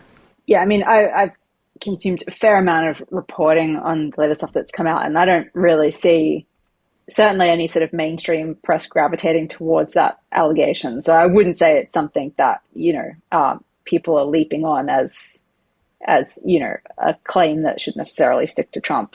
I would, people said both before and after it's all been released that we shouldn't expect to see anything on Trump that's incriminating, partly because a lot of things have been redacted, and also because most of this stuff is Epstein's emails, and Trump famously doesn't use email. That's right. So, we know that they have a very long established relationship and we're very close friends, but most of the stuff that references Trump is about him, not directly from him. Yes. So, I don't think that, in terms of the revelations that have come out, that there's been anything particularly revelatory about Trump. Yeah. Although when you say the mainstream media aren't running with these allegations so much, that's true. But regardless, the mainstream media doesn't necessarily drive America anymore, Melina. We know that. And I cited this poll on Planet America, YouGov. 50% think Trump was involved in Epstein's crimes. Not knew about them, involved in Epstein's crimes. 29% said that he wasn't. So 50 to 29%. Independence. Yeah, so I would, just to be clear though, I was distinguishing between, I thought we were talking about that specific allegation, not the general sense that Trump, knew about what Epstein was doing and, maybe was at parties where there were underage girls or, insinuations about that have obviously stuck to Trump. And there's been plenty of talk about that. Yeah. I think that's quite different from this specific allegation. No, I understand. But what I'm saying is when you're talking about him being involved in Epstein's crimes, that's not, he knew that Epstein was up to dodgy stuff. Donald Trump was part of the pedophile ring. That's what involved in Epstein's crimes means. And there's no evidence of that at all, other than this tip-off file. Like the tip-off file is all I know of Donald Trump being directly involved in the crimes. So that's why I related that to this poll. Independents for 51% to 18%. Yeah, as I said, he's been saying he's part of the crimes. That's a big accusation. And look, I think it's probably got nothing to do with the tip-off line. I think it's to do with videos that have been sent around, a lot of viral stuff. Like I saw one here. I'll play you an example. This is AI, but it's just a good example of the kind of stuff you see online about Donald Trump. And I think this stuff is killing him. It's the death of 1,000 cuts.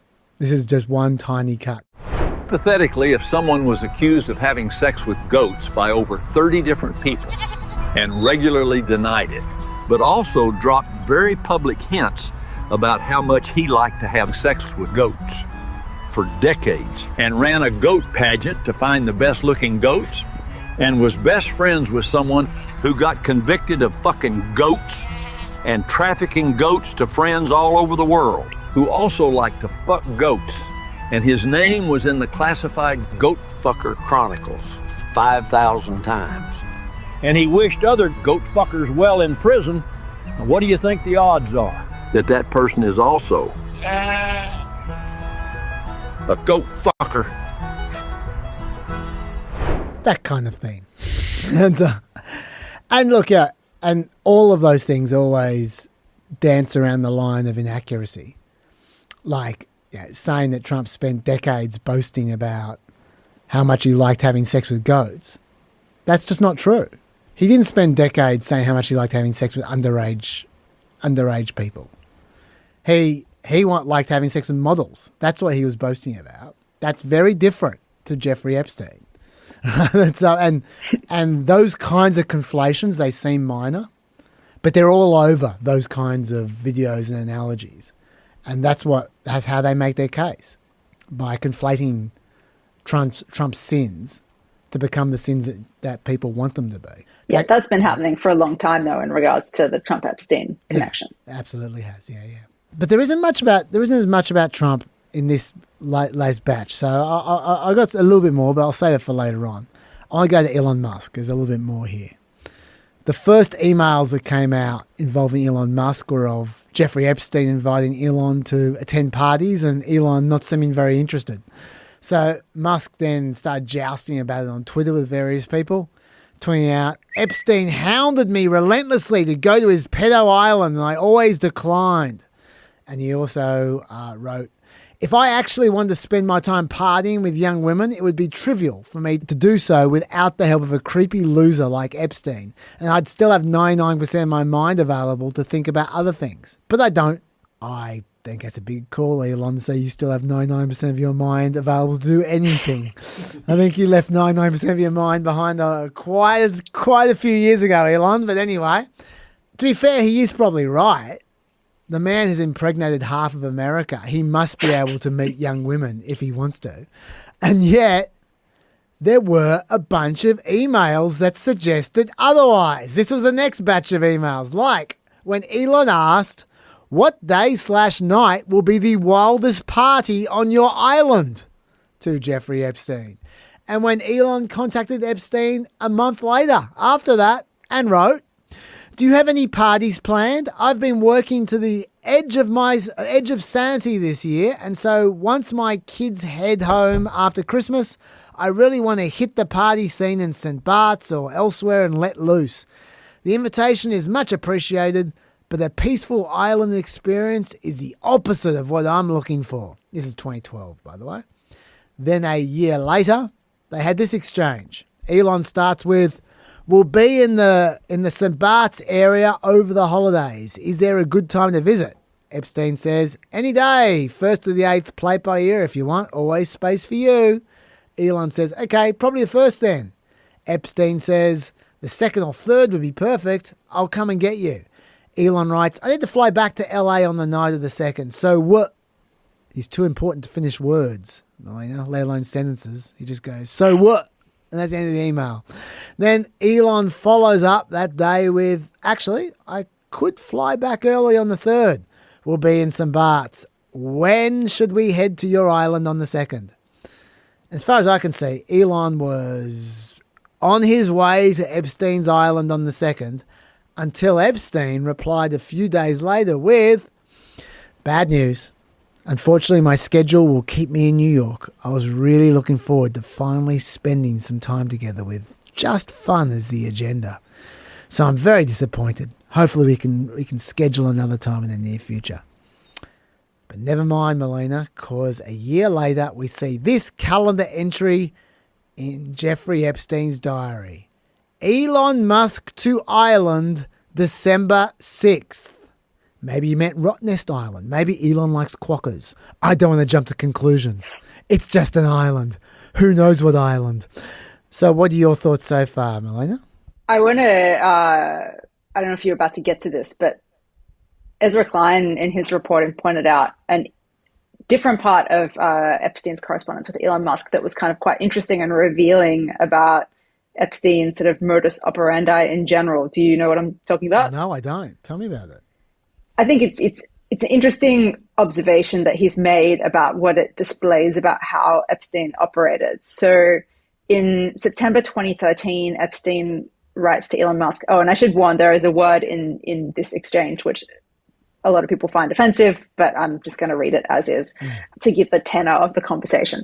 So in September 2013, Epstein emails Musk and says, "Any plans for New York? The opening of the General Assembly has many interesting people coming to the House." Musk replies to Epstein, "I run and lead product design / engineering for 2 complicated companies. Moreover, SpaceX is about to launch what is arguably the most advanced rocket in history. Flying to New York to see UN diplomats do nothing would be an unwise use of time." And then Epstein, realizing that he's approached Musk the wrong way and trying to draw him into his orbit, changes tack and replies, "Do you think I am retarded? Just kidding. There is no one over 25 and all very cute." Ezra Klein made this observation. I think it's a good one, that you see there how Epstein's whole power was in cultivating all of these relationships with powerful people and having this incredible network of people and leveraging that to create more power and more connections, more opportunity for himself. And this is an example of how he does it. He reaches out to people. He tries to hook them in with one offer, realizes that doesn't appeal. He tries a different tack. And clearly with Musk, even though it doesn't seem to have worked in that specific instance, like something has happened where Epstein has kept up that approach and eventually sort of broken down that resistance to having a relationship. And I think it is a good pickup of an observation of how Epstein did what he did in the world with all these powerful people. I think that's a good call. By the way, that email was the one I was referring to at the beginning when I said at the beginning, the first email we saw, Elon didn't really want to party. I was actually referring to that one. Yeah, I think that does say something about the way Epstein works. I think that's true. And to be clear, I got no idea if Elon ever went to the island or not. I'm certainly not suggesting that Musk was involved in any Epstein-like activity. What I am suggesting is that Elon is a sad and needy person who wants to be a cool guy. And I think he changed his tune massively on Epstein in the last decade when Epstein stopped being cool. I think 20 years ago or 15 years ago, Epstein was cool. I think the emails make that very clear. That's when Elon wanted to go to his island. I think that accurately describes the dynamic with many, if not most, or even all of the men who have been caught up in these files as well. These sad, needy, rich men who wanted to party with a guy that they thought was cool and thought had all of these connections and fun parties and beautiful women and or girls, and any moral qualms were put aside because they wanted to be in that orbit. Yeah. They wanted to feel like cool guys at the cool party. Absolutely. Which I think, that has to be one of the takeaways of this batch of emails is the way people, the rich people relate to each other. And it's not necessarily sinister either. I mean, I'm going to be really careful here. I know someone, I'm going to keep this very vague. I know someone who in the past was guilty of being pretty loose with women when he got drunk. And, in a different world, in a different environment, in a different context, I could get hauled up and people would go, "Why don't you dob them into the police?" I'm not suggesting he raped anyone. I'm not saying that. But I'm just saying, sexual harassment is against the law. And when he was drunk, he sometimes sexually harassed women. He groped them. Like in the scheme of things, he was relatively harmless. He wasn't Harvey Weinstein, but the fact is, I saw him behave like that several times. And what I did was, I kind of hung around and tried to get in the way if I thought he was going to be a pest to someone that I saw. But I didn't dob him into police. I didn't do anything else other than that. I made a few pointed remarks at him at various times in a joking way when he was sober. So he knew that we're aware of him, but that was it. And the reason why I didn't do more was just because what are you going to do? Like, you just feel like you feel like it would be an overreaction to go to the police or something dramatic like that. And that it's not really none of your business, like it's just kind of like you certainly don't want to help them have this awful conduct. But, just in life, I think a lot of people just know people who do not great things at times, and you gossip about them a bit and you just move on. And I can't help thinking that half of Jeffrey Epstein's Rolodex would have been the same with Jeffrey Epstein. They would have thought, this is a guy who dates 17-year-olds. And they wouldn't know all the really bad stuff, but they know enough to know that he's a bit sus, and that's the extent of which they know. It's not like Jeffrey Epstein would be boasting about what he did. But they just have their suspicions. And and look, I might be wrong about this, but I suspect that is half of what's going on. It's not necessarily elite people being elite. It's just people not wanting to create unnecessary waves, not wanting to rock the boat unnecessarily when they don't really know what's going on. It's none of their business. And I don't know, am I barking up the wrong tree here, Melina? What do you think?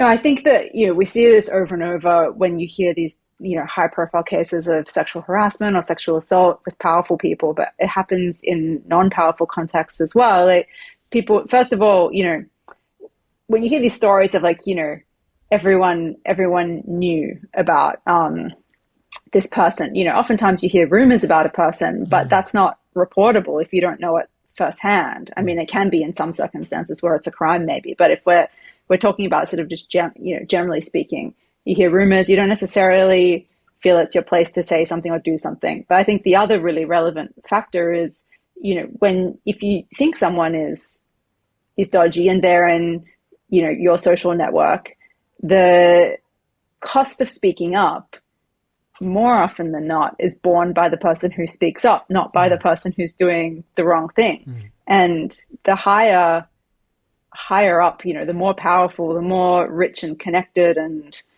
advantageous your social network is, the more you perceive that you have to lose by speaking up and risking being cast out for making waves. And I think that would have been a big factor in this case, as it is in so many other cases. You talk about the Weinsteins and stuff like that. It's like, generally speaking, I mean, and it's infuriating to me that this is the case, but generally speaking, until you get rare instances where there's enough of a critical mass that, the sort of dam breaks. But even in a case of, say like a Weinstein or something, it took decades of bad behavior before he was exposed. And, it doesn't go back and, restore the lives and careers of the people who were brave enough to speak out when something bad was happening. And so, it doesn't surprise me that for most people, that risk calculation is too high, especially if there's a perception that this guy is like a sleaze or, but people, I think there would have been, you think about the Birthday book where clearly like the one thing that everyone knows about this guy is that he's having a lot of sex with a lot of young women at best. There would obviously be, a lot of people who understood his general reputation for, there's a difference legally, and morally between someone who is hooking up with a lot of very young adult women versus teenagers. And I'm sure that there were a lot of people who their perception or understanding was it was very young women, but of age. But having said that, there were clearly plenty of people who would have known that there were underage girls as well. Yeah. And, it's certainly immoral and wrong to not speak out when you know like something like that is happening. So I want to be very clear that I don't think that the personal cost is any excuse for no one seeking to protect these girls. But I think that is the psychology at play as to why so many people has some sense of something being wrong to varying degrees and didn't do anything for so long. Yeah. No, I think you put that well, Melina. I think also that you hinted at this, that when you're only vague about what's going wrong, that you're not 100% sure about what your allegations are. It's not like you got a video camera on the guy. You just got a sense that something's not quite right, but you don't know how much. Is it me? Am I imagining things? It's like the Biden age thing all over again. You go, is it like, he looks like, I just get this vibe that he's just not functioning very well, but I'm not 100% sure. And then you just want to be real careful before you pull that trigger. It's and like you just then, I'd like to emphasize, I don't think all the people in his email list would be thinking, oh yeah, he had sex with 13-year-old girls.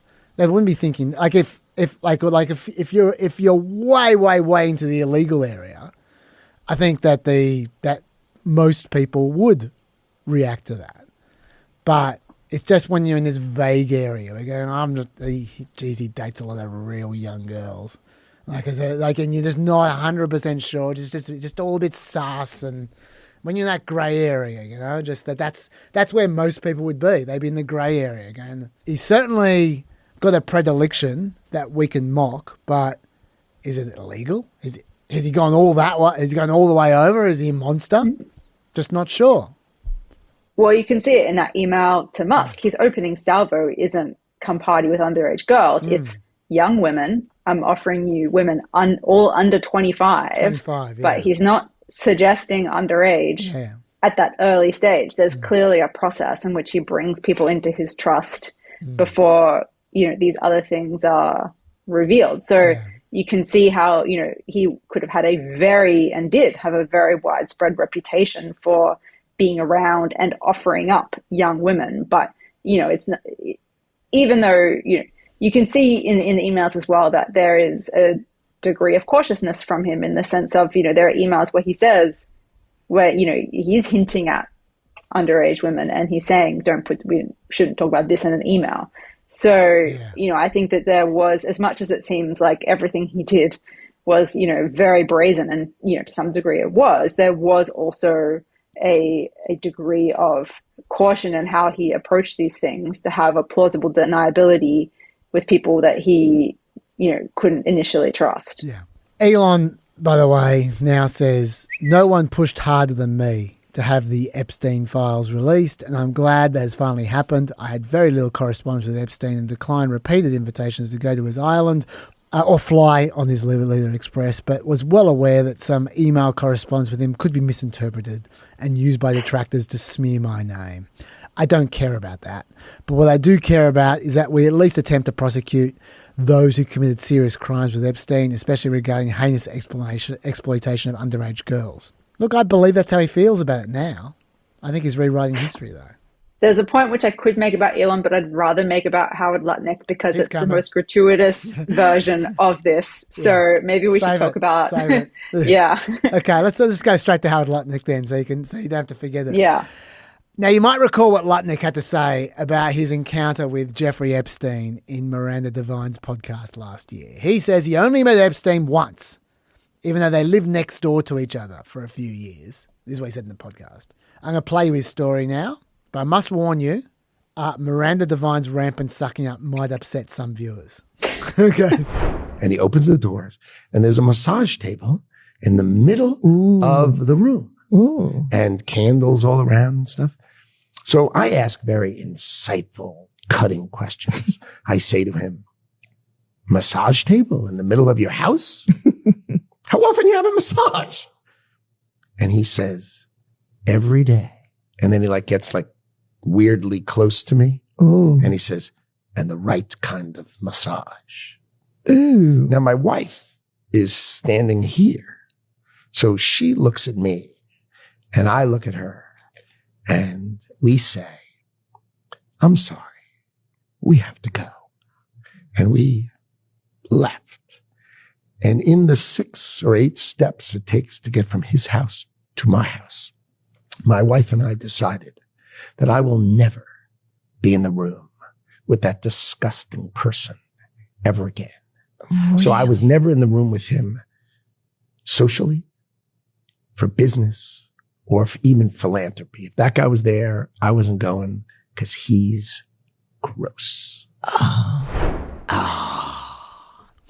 So that was pretty definitive. No shades of grey there. And yet the emails revealed a few interesting contradictions. The big one, of course, was 2012 when Lutnick went on holiday with some friends of his to the Caribbean. They decided to turn up to Epstein's Island to have lunch. Now, not only would you probably not do that if you found Epstein creepy and gross, but you probably wouldn't do that even if he was your best friend. When I go overseas with my family, the last thing we do is go and visit friends of mine in the cities we're in because the kids would be beyond bored. And that is when we're talking about a nice, normal house that's maybe 20 minutes away. Not an entire day's expedition to an island where children get molested. And it's a whole day we're talking about here. I looked it up. There is a 280-kilometer boat ride between where he started and Epstein's Island. Why would you take that massive Captain Cook-like journey for dinner with a stranger, even if you didn't think he was a creep? Bear in mind, Epstein went to jail for a year in 2008, 4 years earlier, for hiring child prostitutes. Do you think his next door neighbor, Howard Lutnick, hadn't heard about that story? I reckon he might have. But here, he's bringing his entire family over on his 280-kilometer boat trip for dinner. This is what Howard Lutnick had to say in the email. Hi, Jeff. We're landing in St. Thomas early Saturday afternoon and planning to head over to St. Bart's on Monday at some point. Where are you located? What is exact location for my captain? Does Sunday evening for dinner sound good? I have another couple, Michael and Marcy Lerman, with me on my boat, and each of us has 4 children. 2 16s, 2 14s, a 13, a 12, an 11, and a 7-year-old. Thanks, Howard. Now tell me, Melina, does that sound like the way one talks to a person they hadn't spoken to for 6 years? To a person who had been to jail for soliciting underage prostitutes? You tell them the age of every single child who will be in attendance? That would have been a weird thing to do with a normal person, let alone with Jeffrey frickin' Epstein. And by the way, the bit where he talks about the ages of the children was originally redacted. That's odd. I wonder why. Then Epstein responds through an intermediary within a few hours. He says, below from Jeffrey, come Sunday lunch. Little St. James on the map behind Christmas Cove. 4 days later, we see from Epstein to Howard, nice seeing you. So we know it happened. Now, originally, Lutnick gave the New York Times a no comment about this, but he unfortunately had a hearing to testify at this week. So this is what he had to say when they asked him about this exact trip. Did you, in fact, make the visit to Jeffrey Epstein's private island?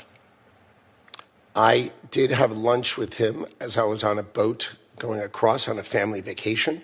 My wife was with me, as were my 4 children and nannies. I had another couple they were there as well with their children, and we had lunch on the island. That is true. For an hour, And we left with all of my children, with my nannies and my wife, all together. We were on family vacation. We were not apart. To suggest there was anything untoward about that in 2012, I don't recall why we did it, but Mr. Secretary, again. He doesn't recall why he did it. I think that's a really good question. Why did you do it? He was there with his nannies. Now, to be fair, maybe he was counting a nanny for his friend's family there as well when he said the nannies, his nannies. Or maybe he has more than one nanny. I know which one I prefer to be the case.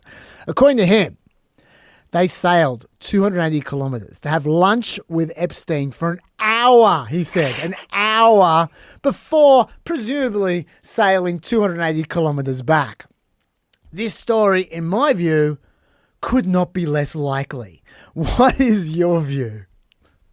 Well, especially with their neighbors in New York, there's an easier way to see a person. I mean, first point is, this is a good illustration of the fact that even though we've had millions of files released in this dump, there's still so many gaps that we don't know, we'll never know, because between, in that gap of time, I think we can infer that they've had various communications that were not by email that has maintained this relationship over this years-long gap. And we don't know anything about that, and that's not in the files because it's not in an email. The broader thing, and I think it connects back to Elon's stance before and after the drops of these files as well, but it's particularly the case with Lutnick. It's just so striking how gratuitous the lie was in that Miranda Devine interview. He didn't just want to avoid getting in trouble for being associated with Epstein. He wanted credit for morality that he didn't have. He wanted everyone to be like, good on you for being a good guy who knew Epstein was a creep and wanted nothing to do with him, when that's not what he did. No. He did the opposite. And it wasn't just enough to be like, oh, I didn't really know him, nothing to see here. He wants to be congratulated for being the good guy that he wasn't. And that just, I don't know exactly what that reveals about these kinds of people, but there's something very wrong in the brains of people like this that just want everything for themselves and don't want to sacrifice anything for other people to get it. We should say we're not finished with Howard Lutnick, because apparently this was not the first time Lutnick had met Epstein in 6 years, because in Epstein's calendar, we see a drinks appointment at 5 p.m. on a Sunday with Howard Lutnick back in 2011. Now, why would you just have drinks with a rando you hadn't seen for 5 years, just out of nowhere? Just here's drinks with Howard. Lutnick isn't telling us because he's acting like he has no memory of it at all. I looked through the millions of documents for my name, just like everybody else. And what I found was there was a document that says that I had a meeting with him on in May, I think, for an hour at 5 o'clock. Okay. Not dinner or otherwise, for an hour at 5 o'clock. All right. I wish they asked him more questions about those drinks, because those drinks definitely happened, regardless of if he only just, it was in my calendar, it must have happened. Yeah, they happened, because the next day after the drinks, we see an email from Epstein saying the phone, this is to someone else, saying the phone was Howard Lutnick's. It's been collected. So Lutnick left his phone behind. So they definitely had those drinks. I'd love to know what those drinks are about. But it doesn't end there, Melina. Maybe the reason why Lutnick made this elaborate pilgrimage to Epstein's Island was related to the fact that 8 days later, 8 days after his 280-kilometer both-way sailing trip for an hour's lunch, 8 days later, both men agreed for their companies to acquire stakes in a now defunct advertising technology company called Adfin, according to the Epstein files.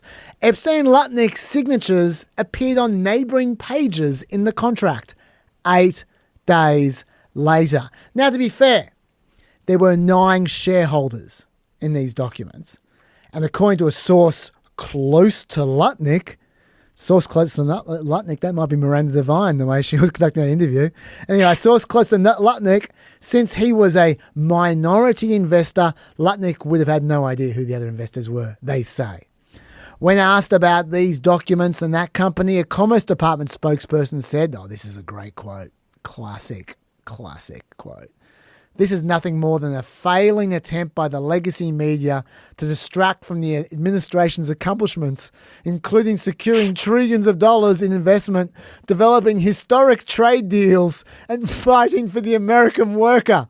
Secretary Lutnick had limited interactions with Mr. Epstein in the presence of his wife and has never been accused of wrongdoing. Bravo. A very convincing answer. Maybe they're right. Maybe it was all a big coincidence. Or maybe Lutnick hasn't stopped lying from the moment he mentioned Jeffrey Epstein, and he met up with Epstein a shitload more than he is laying on now, which, as you correctly note, is, according to him, the only times he ever met him is when there's written proof. The only times. Now, I'm not saying that Lutnick is a pedophile, all right? I'm not saying that. I'm saying he's a massive liar, and he should have been sacked ages ago in any functional administration. That is what I'm saying. Do you have anything else to say about Howard Lutnick?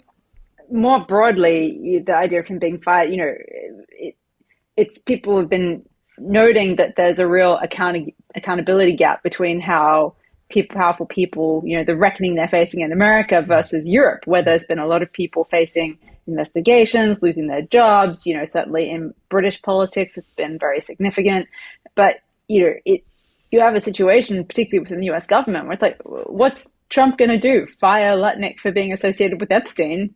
Like, yes, he can't really do that. It would be a bit weird. Yeah. So, we're not going to see anything. I mean, obviously he's lying, but, is Trump going to fire someone for lying? We're in a situation where, of course, Trump is not going to punish someone for being associated with Epstein when Trump and Epstein are basically synonymous. They spent so much time together in the early days. So, it's not, of course we're not going to see anything happen. You make a fine point about hypocrisy. I get that. But, of course, in a not completely dysfunctional environment, Trump isn't sacking Lutnick. Lutnick is resigning. Sure. That's what he's doing if he's British. He's resigning. But it's not in Trump's interest to even let Lutnick resign, even if he had the character to do so, which I wouldn't expect him to. But it still just then leads reporters to ask Trump the question over and over again, well, shouldn't you resign? Why aren't you resigning if he accepts Lutnick's resignation? So, it's just a situation where, of course, they're going to hunker down and weather the storm because Trump has a vested interest in people not being punished for being associated with Epstein. Well, to be fair, Trump never went to Epstein's Island after Epstein had been convicted of soliciting child prostitutes. So, yes, that's fair. So Lutnick has actually exceeded, at least in terms of what we know so far, has exceeded anything that Trump did. Then you've got, of course, Andrew Mountbatten Windsor, who really got hung by this email dump. Not just the awful photos of him, and oh my God, those photos were horrible, but a number of Virginia Giuffre Roberts' claims about him were corroborated by these files. For example, she said he stayed at Epstein's house on the 11th of April 2001. She was very precise. He denied it. Here's an email from him saying, I will be arriving on the evening of the 9th of April and in town for the 10th to the 11th and then off to the Bahamas on the 12th. Oops. Roberts Giuffre also said that during their second encounter, Andrew groped her with a puppet made to look like him from the 1980s TV show Spitting Image. Ugh.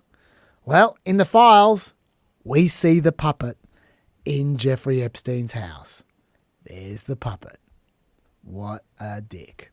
There isn't much else there, but what's there is pretty damning.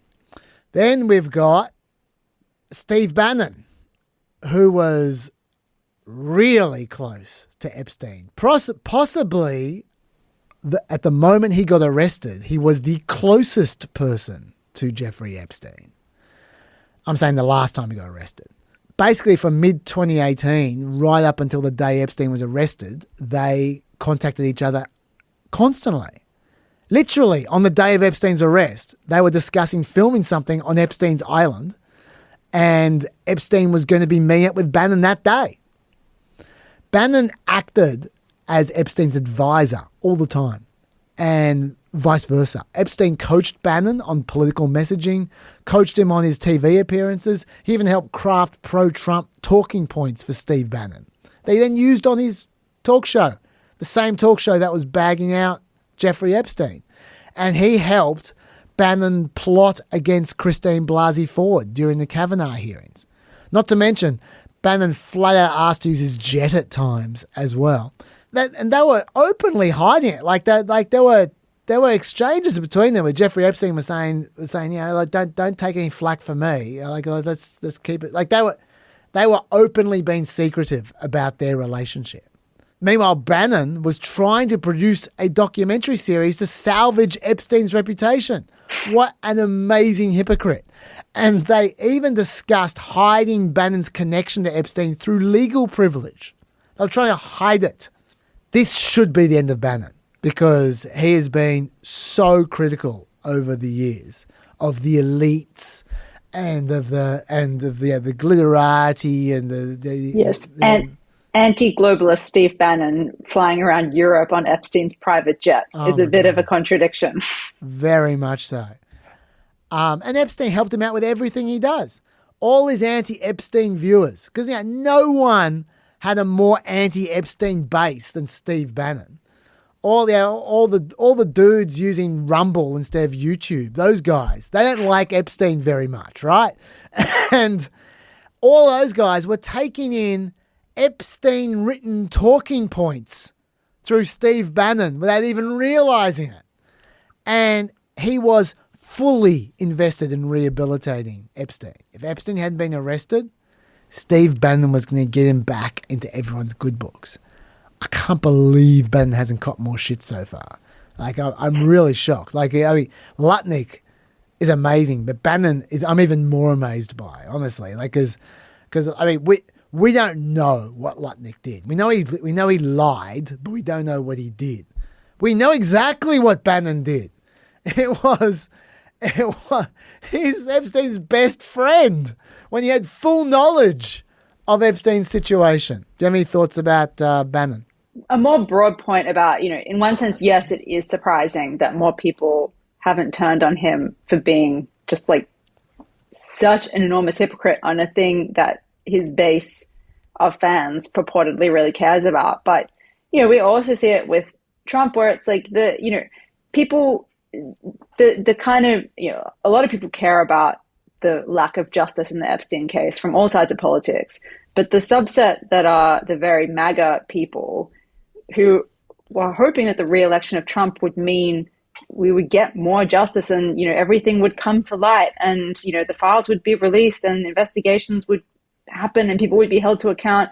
Since Trump came back into power, the only thing that's happened is that the one person being punished for Epstein's crime is currently being less punished because of the Trump administration. Ghislaine Maxwell, she's still in jail, but she's in a nicer jail and getting all of these perks because of the intervention of the Trump administration. That's true. And all the people who supposedly care so much about this, they're not turning on him, not in significant numbers. And so we've already seen this happening where people are just happy to somehow kind of turn a blind eye when it's inconvenient, when it's not, when it's involving someone that they don't want to dislike. And that's the same dynamic that was happening with all of these people who were in Epstein's orbit in the first place. It's people being like, oh, I like this person. I like these relationships. I like being part of this group. And I don't like the feeling of having to walk away from it. So I'm just going to kind of ignore this evidence that is uncomfortable for me. And you just see it happen again and again. That's a good call. Bill Gates. Now, this one was just ridiculous. I couldn't believe people took this one seriously. I don't know what Jeffrey Epstein was playing at here. He sent 2 emails to himself, each with a different fictional letter on behalf of one of Bill Gates' employees, who's a real person called Boris Nikolic. Epstein wrote at least 7 drafts of these 2 letters, which were essentially furious screeds, and they made no sense at all. Let me just read you an excerpt from one of these letters. To add insult to the injury, you then implore me to please delete the emails regarding your STD, your request that I provide you antibiotics that you can surreptitiously give to Melinda, and the description of your penis. You also made it clear to me that I am not to refer to redacted, as that is another topic that must remain between the two of us. Okay, first of all, this redacted name would almost certainly be a woman who Epstein discovered Bill Gates was having an affair with in 2013 when he wrote these emails. Reportedly, when Epstein was displeased with Gates, keeping his distance from Epstein, in 2017, he heavily implied he might use this information publicly against Gates. So that is Epstein's one bit of dirt he has on Gates, and this might have been Epstein's internal response to some perceived insult back in 2013. I'm not sure. But let's just go over this again. According to the narrative of that letter we just read out, Bill Gates got an STD from a Russian woman who he was having an affair with. And so Bill Gates told one of his employees, he told them, first of all, he had an STD. And then they got that employee to buy antibiotics for him so he could then give them to Melinda so she wouldn't know about the STD. Why wouldn't Gates buy his own antibiotics? Can you even buy someone else's antibiotics? Don't they require a script? But let's leave that aside. Bill Gates is rich. Let's say you can. Why would you get an employee to buy them for you and then tell them exactly why you need those antibiotics and that you're going to give them to Melinda to cover up an affair? Why would you share all that unnecessary and highly incriminating information? Why wouldn't you just go, get me these antibiotics? Thank you. And why would you then go and tell Jeffrey Epstein as well, just for the hell of it? And best of all, why would you put all that information in an email?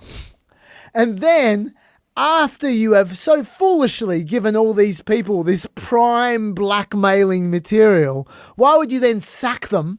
And then, after you sack them, demand they delete all the compromising emails that you unnecessarily sent to them for some reason, right at the time that they are angriest with you and owe you nothing. Does any of that make sense? No.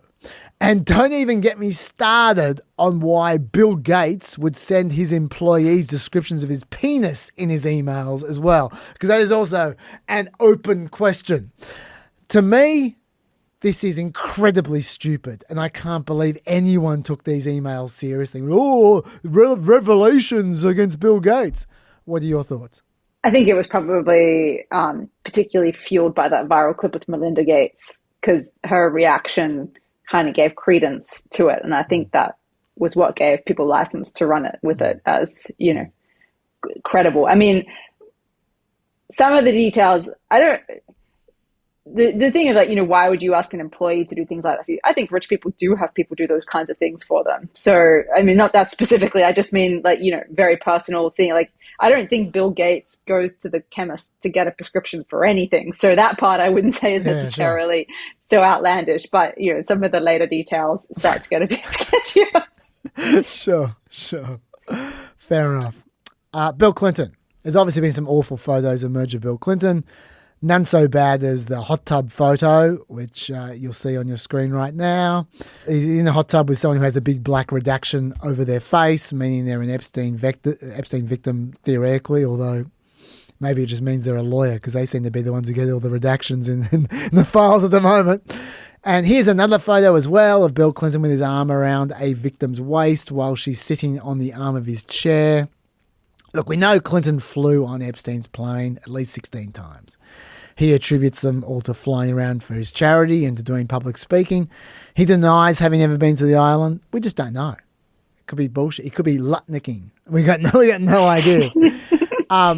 Bill Clinton insists he cut ties with Epstein before his conviction for soliciting child prostitutes in 2006. I'm not aware of any connection between Bill Clinton and Epstein after that. Hillary says she never met or spoke to Epstein, ever. And I feel a little bit sorry for Hillary. She keeps getting dragged into all of the shit Bill did. Like, it's not like the Epstein stuff sounds like Hillary's bag, and yet she's the one who's getting threats of contempt of Congress if she doesn't turn up with us for a subpoena. Just because Bill is as well. Whatever happens to Bill happens to her, just slightly less. And I do feel a bit sorry for her in that respect. In terms of what's in the files, there's not a lot. There's a lot of travel and dining planning between Ghislaine Maxwell aides and Clinton aides between 2001 and 2004. Remember, Ghislaine Maxwell told Todd Blanche the Clintons were her friends, not Epstein's friends. She said, President Clinton liked me and we got along terribly well, but I never saw that warmth of Mr. Epstein. We do know in 2010, Ghislaine Maxwell attended Chelsea Clinton's wedding. In 2013, she was a guest at the Clinton Global Initiative Conference. On the other hand, Jeffrey Epstein did not do those things. Bill Clinton also attended a dinner with Maxwell in LA in 2014. Not just them, but they were at the same dinner. Also, we should note that Maxwell's nephew worked for the Hillary 2008 campaign and was hired by the State Department just after she became Secretary of State. That seems relevant. Obviously, Ghislaine Maxwell and Hillary, and to a lesser extent Bill, were friends, clearly. There's a social connection there. Is there anything else? I don't know. Their testimony will be interesting. Like Trump, Bill Clinton famously doesn't use email. So him not being in the files doesn't really mean anything. I mean, there's a few photos of him hanging around with Kevin Spacey and stuff, but just like there's not the same kind of incriminating Lutnick type stuff because Bill Clinton sent emails.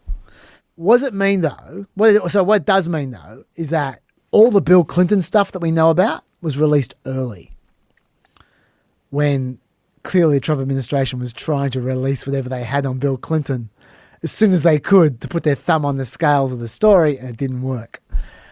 I mean, we all knew that was happening at the time. Everyone was saying it. I said it. Everyone was saying it. But this is kind of the proof that when they finally released the 3 million files, there's a lot less Bill Clinton than there was for the first few batches.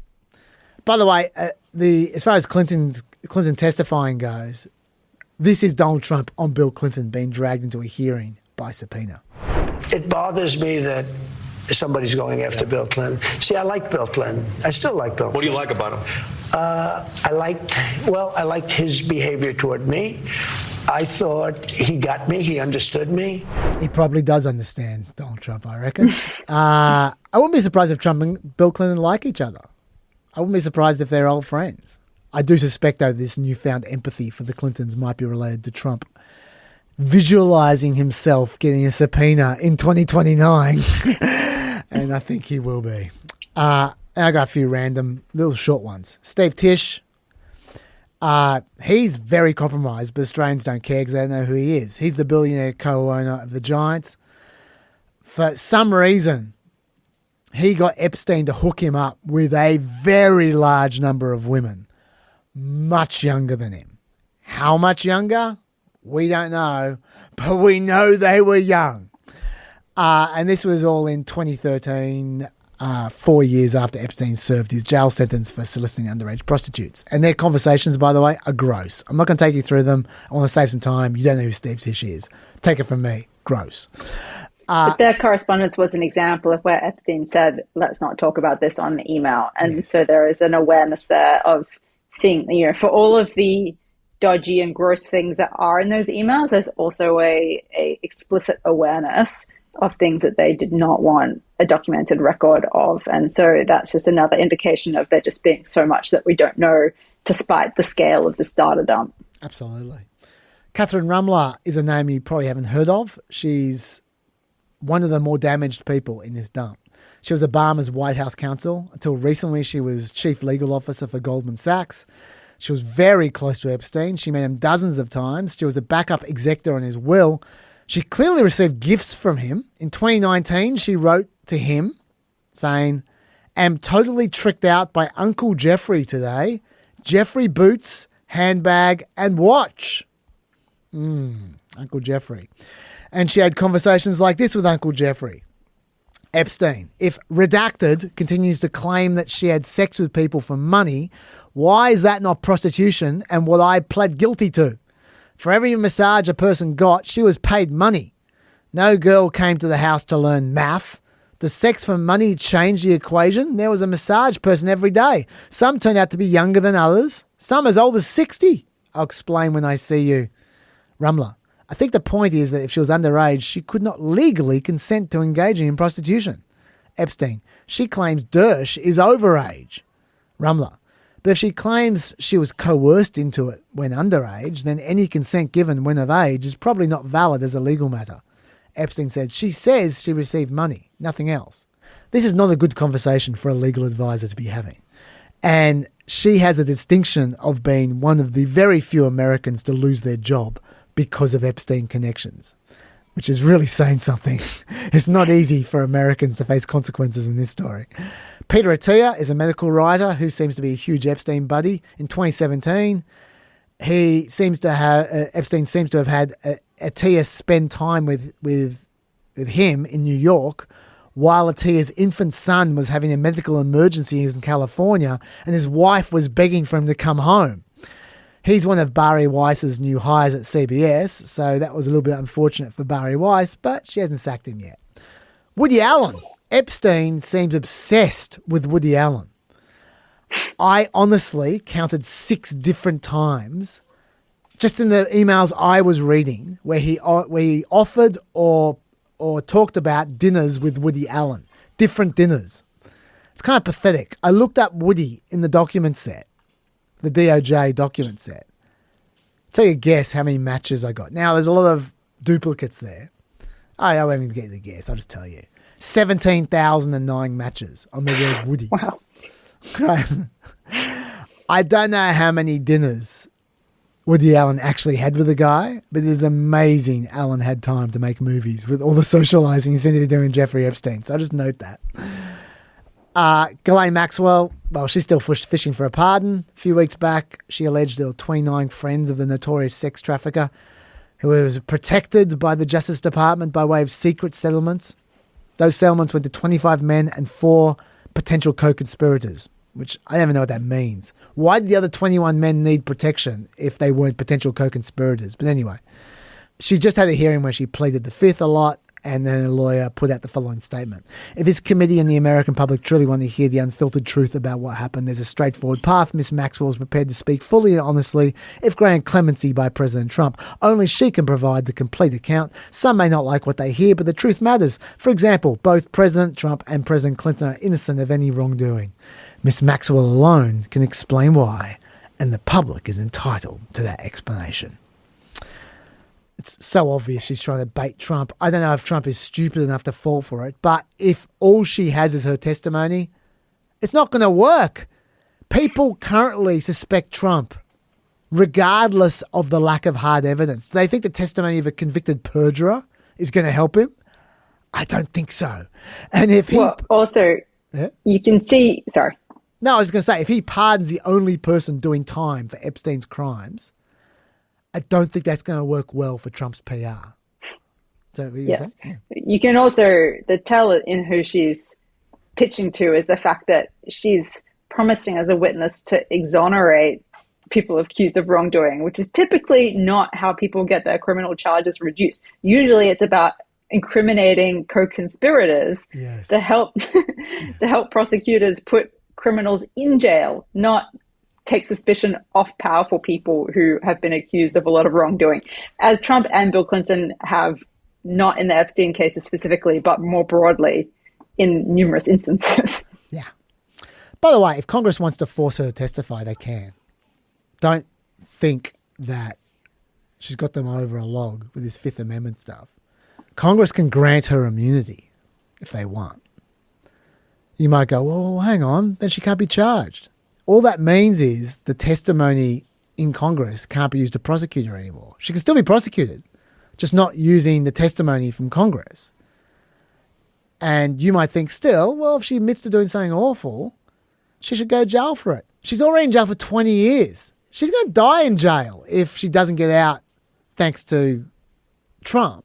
That prison time isn't going away, even with immunity. That prison time is locked in. She just wouldn't be able to get more time, at least not based on her testimony. And she'd then be forced to testify or face criminal contempt and be in jail longer. And if she purges herself, then she can get prosecuted for that. I would totally do that. Would you do that? Yeah. Yeah, I reckon give her immunity right now. Like Congress. Get her up there. Anyway, general stuff we've learnt. Because that's all the people. But then there's bits and pieces. They really, really, really screwed up the redactions earlier in the year. I mean, yes, we know they're screwed up now. Everyone knows that. But we're forgetting. Because this is the thing. I actually have sympathy. If they got that bill back in, was it November 19, I think it was, and we're told, you have a month to redact 6 million documents, I'd have sympathy with them stuffing up a bit. Because that's hard. It's a hard thing to do. That's a lot of documents to redact in not much time. But you know what? They had more than a month. They had a lot more than a month. I'm not talking about the fact they took an extra 6 weeks. So it was actually 2.5 months in the end. I'm talking about the fact that back in March, they had this huge operation where they were apparently going through all the files to see what there was evidence of and redacting what needed to be redacted and then releasing the rest. That's what they said they were doing at the beginning of last year. So they actually had a year to do this. And they still made literally thousands of redaction failures on behalf of nearly 100 individual survivors. How bad's the redactions when 40 nude photos of women were mistakenly released? You can't be trying very hard if you let 40 nude photos of women through. That's the kind of mistake which I wouldn't be forgiving. And some of the victims have testified to receiving death threats and media harassment since they were identified for the first time by these documents. So what we can conclude, in my view, is that back when they were supposedly seeking what was releasable and redacting what should have been redacted, they weren't doing that at all. What were they doing? Well, I think we know what they were doing. They were looking for pictures of Bill Clinton they could release, and they were looking for Trump stuff that they wanted to get rid of or redact in a way that wasn't going to come out later in the year, presumably. I'm guessing. Whatever it wasn't what they were meant to be doing. We know that. There's a potential Russiagate link, Melina. On the 28th of August 2016, Trump campaign senior advisor Tom Barrack texted Epstein. Epstein told him to download Signal. Untraceable. Unless you make a really stupid mistake. Next day, there's a calendar entry for Barrack to meet with Epstein, Ehud Barak, and Russian ambassador to the UN, Vitaly Churkin, who, if you recall, was all over the Mueller files. Might be nothing, but interesting, I think. The intelligence angle, that's getting a bit weirder. One of the most intriguing revelations was that Epstein put in Freedom of Information requests twice through a law firm to disguise his identity, once in 1999 and once in 2011. And both times he asked for records that would reveal a classified connection between him and the CIA. So to me, that suggests he either definitely has some connection at the CIA, either as a worker there, or worked for an agency that the CIA might be monitoring. They seem to be the most likely options there. Then there was an FBI confidential human source who was spoken about in a report, an FBI report, who said CHS remembered Dershowitz tell Alex Acosta that Epstein belonged to both US and Allied intelligence services. He seems to have a lot of friends who work in Russian intelligence and seems to be able to have meetings with very powerful Russians like Putin and Medvedev. So some speculate he worked for Russian intelligence. And then there are the constant Mossad rumours. The fact he was so close to Ehud Barak, that probably fuels those rumours. At one point in time, he actually joked to Ehud Barak, "You should make clear that I don't work for Mossad," and smiley face. So was that a winky joke where both him and Barak know he worked for Mossad? Or do they both know he doesn't? It's not clear. For what's worth, that same confidential human source report, the FBI, as I mentioned before, also said that the CHS became convinced that Epstein was a co-opted Mossad agent. Do you have any thoughts about any of that stuff, Melina? No, to be honest, I don't think there's enough information to really know what to make of it all. No problems. I don't know either. I'm just pointing out what's there. I should explicitly acknowledge, by the way, the Mossad thing, that could well be part of why some people are so into this Epstein story. I've just noticed online a few people are absolutely obsessed with Epstein potentially working for Mossad. They just go on about it all the time. And I can't help thinking that may not say great things about those people. The fact that Epstein is extremely Jewish, and to the point where he almost seems like a Jewish supremacist in some of those emails. Like he just goes on and on and on about Jewish people being smart, Jewish people being competent, Jewish people being this, that. There was one email where one of his pals was speculating, the more Jew you are, the smarter you are. You said you're approximately 98% Jew. You're very smart. My ex-boss is 78% Jew. He is super smart, less smart than you are. I have a close friend business partner who's 99.3% Jew. He is crazily smart. We take all Jewish people. Sourcing can be done through relatives. Ask them to do a 23andMe test. Do event for everyone who is 98% Jew. She then walked that back in her next email. But Epstein forwarded the email onto someone else, obviously having a nice think about the proposal. Anyway, I don't want to make too much out of this, but I'm just a little concerned that some people, I think, are into the Epstein story because I think it's a bit boosted by anti-Semitism, personally. And that worries me a bit. I don't know if you got the same vibe. I'm not talking about everyone. And I'm just every now and then you see someone online, he just goes on and on and on about the Jewish thing, about Mossad, and you go, what's this? What's going on here? I don't know. Yeah, I mean, the thing with the foreign intelligence angle, that, you know, if something came out that showed that he was working for intelligence, domestic or foreign, you know, that would be interesting. But just the speculation, it does confuse me a bit because I don't know that it really explains anything that's all that relevant to what's sort of outrageous about him. There have been better explanations of how he got his money. It seems, you know, like he generally cultivated power by being incredibly good at networking and bringing powerful people together, making lots of introductions to people, getting people what they want. All of these things kind of help to explain, you know, how he was able to get away with committing his crimes for so long, you know, adequately for me without the foreign intelligence aspect. Like, you know, again, I'm not saying it's not possible. I'm not saying it wouldn't be interesting to know if that came out, but it doesn't really, you know, as a theory, like, it doesn't really add much to me in terms of what is outrageous about the Epstein story. Another thing, I think we need to acknowledge that Epstein had an interesting connection with the Democrats. Reid Hoffman obviously had a close relationship with Epstein and the big donor to the Democrats. Lex Wexner, another one, who started off as a Republican donor, but he hated Trump, and then he moved to donate to Democrats instead. Really interesting exchange of involving Stacey Plaskett, not of her, but involving her. We talked about her last year. Here was an email. We have to help Stacey get a meeting with Schumer. Any thoughts? Epstein responds, should not be a problem. Need to know the reason and subject. Now, Stacey Plaskett is a US House Democratic representative. How does she need Epstein's help to get a meeting with Chuck Schumer? She should be able to just walk into Chuck Schumer's office. So that's strange. And there were other emails where Epstein spoke about having dinner with Schumer as well. At least back in 2013, he seemed to be connected with Democrats. Also, turns out the FBI weren't convinced about his death. On the night Epstein died, in the security footage at approximately 10:39 p.m., there's an orange-coloured shape moving up a staircase towards the isolated, locked tier where Epstein's cell was located. You can see the picture here. There's a still of the orange flash. Hard to see, but that's a still.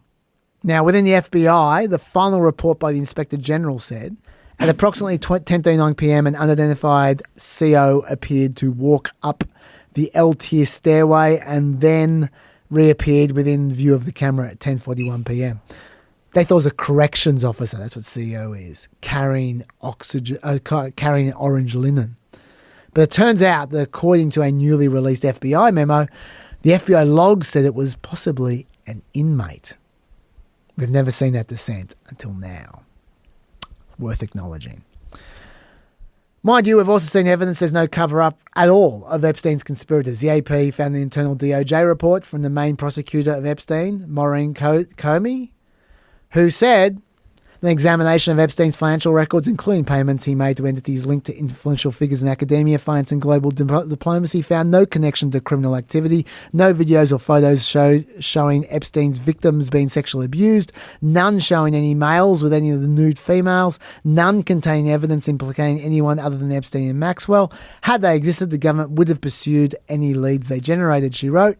We did not, however, locate any such videos. They found payments to more than 25 women who appeared to be models, but no evidence that he was engaged in prostituting women to other men, they said. So you might not believe that, but that's what they thought. The main thing I think we found, though, is a complete lack of accountability in America. We've seen Larry Summers get sacked from teaching young students at Harvard and other institutions. We've seen Catherine Rumler sacked from her job at Goldman Sachs. We've seen Brad Karp, a Democratic fundraising bundler, there's another Democrat, and chair of law firm Paul Weiss, lose his job. We've seen Peter Attia, he's still on CBS, but he resigned from his position at a protein bar company. That's it. That's all we've seen. By contrast, let's look at the rest of the world, where generally speaking the offences have been less serious. Well, serious offence from Prince Andrew. In the UK, Andrew was de-princed, even though he was the King's brother. The former CEO of Barclays, Jess Stanley, has been barred from the finance industry entirely. Peter Mandelson has been sacked from his ambassadorship to the US, and his chief of staff has been sacked as well. And he might be able to bring down Keir Starr's entire prime ministership. Keir Starr, who never even met Jeffrey Epstein, but Jeffrey Epstein's former best friend in Trump, could be sitting pretty. Senior figures have been sacked in Norway, Sweden, Slovakia. The fact is that in America, a whole slab of people maintained relationships with Epstein after he was convicted of soliciting an underage prostitute. And they've paid no penalty at all. What is going on, Melina, in your view? Well, I think that, you're talking about a very wide array of arenas. Some is politics, some is, private enterprise.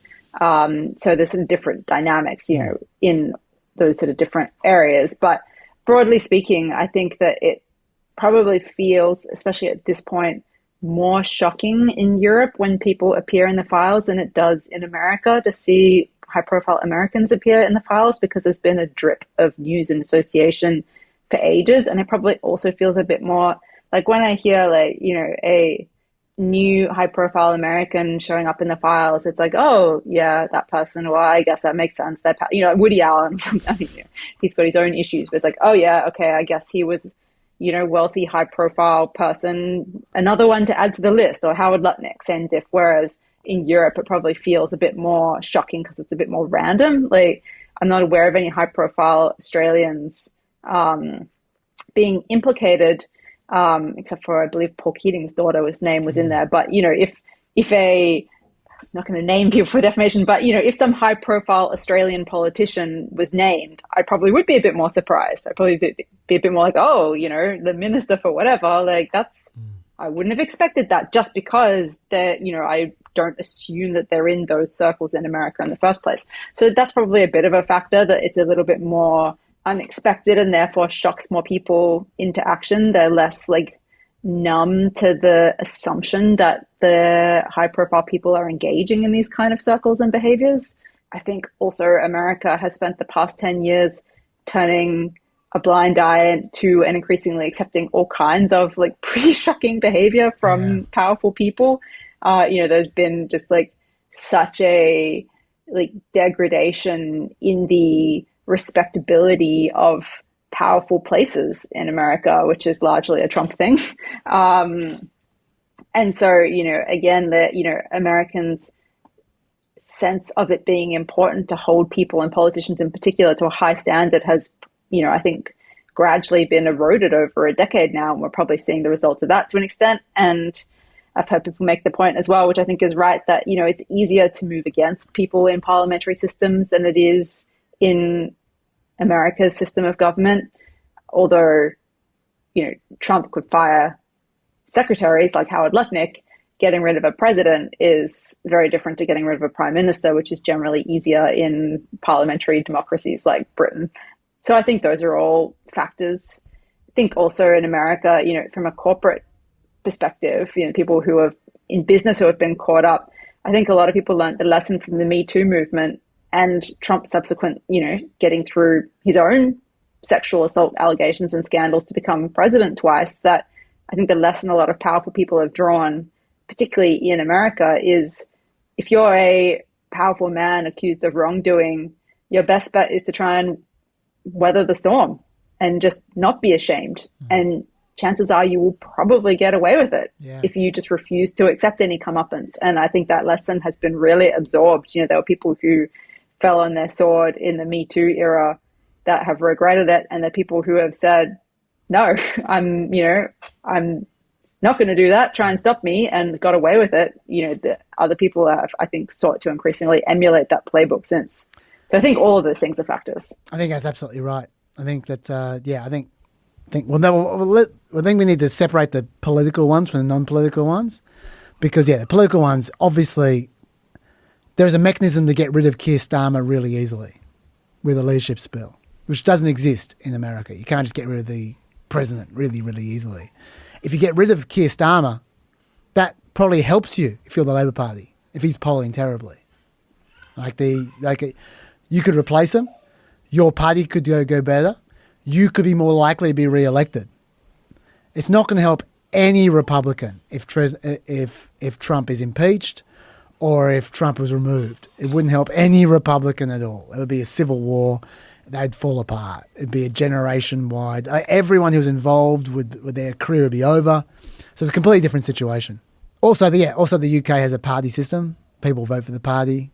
In America, people aren't voting for the party. When they vote for Donald Trump, they're voting for the individual. And so it's a lot harder to just replace him with someone else from the same party. But as you say, that's just politics. It's outside politics, which is interesting. There has been this culture of impunity, I agree, developing in America recently. I also agree it's that while Trump has undoubtedly spearheaded the idea of brazening out scandal, he's revolutionized it. He's advanced it. He's like the T2 robot compared to the original Terminator robot, which were politicians before him. The T2 robot of scandal. I agree that during the Me Too movement, a lot of people were feeling their oats when it comes to going, you know what, maybe we're just not going to give a shit. Let's see what happens. And America's not in a healthy place. I think they got this awful culture. I think the president really doesn't help, but he's not alone. This has been happening. It's been happening in a lot of places at the same time, and it's a bit sick. I can see that you are out of time. So, Melina, thank you very much for your time. We got most of the way through the Epstein stuff. We didn't get to Pam Bondi. Oh well. Pam Bondi was next on the agenda, sadly. I'll see how long this is, and if I think we can squeeze in a little bit more with I'll do a Chaz Unleashed with Lockie on Pam Bondi, but otherwise that might be where we leave this ep. And we'll continue the catching up session with Dave on Friday. Oh, there's so much to catch up on. Oh, my God. Melina, thank you so much for your time. Thank you so much for allowing your children to just wander around the house unattended, putting their fingers in power sockets and stuff. I appreciate it. It was worth it. No, thank you so much. I really appreciate it. And I look forward to the next time. Thank you for having me. Thanks, Me Melina. too. Till then, stay peppy.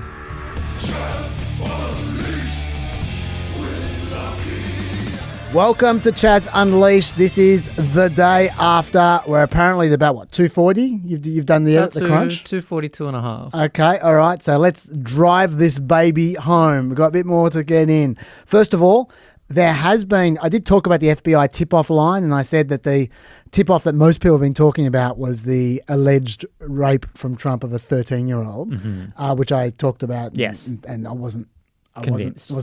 No. No. There was one other complaint, which I didn't mention, but we have received a number of Correspondence is about, coincidentally, in the last 2 days and a few last nights. I thought, you know what, I'll deal with this as well. See what you think. You can be the judge, Lockie. I tend to be a bit skeptical about these, so you can represent the viewers. The first thing I want to say about this is that this is a 20-year-old complaint made on the 27th of October 2020. Okay, the events were from 1997 to 1999. The complaint was made on the 27th of October 2020, less than 2 weeks before the 2020 election, which you might recall was quite a hyped up time.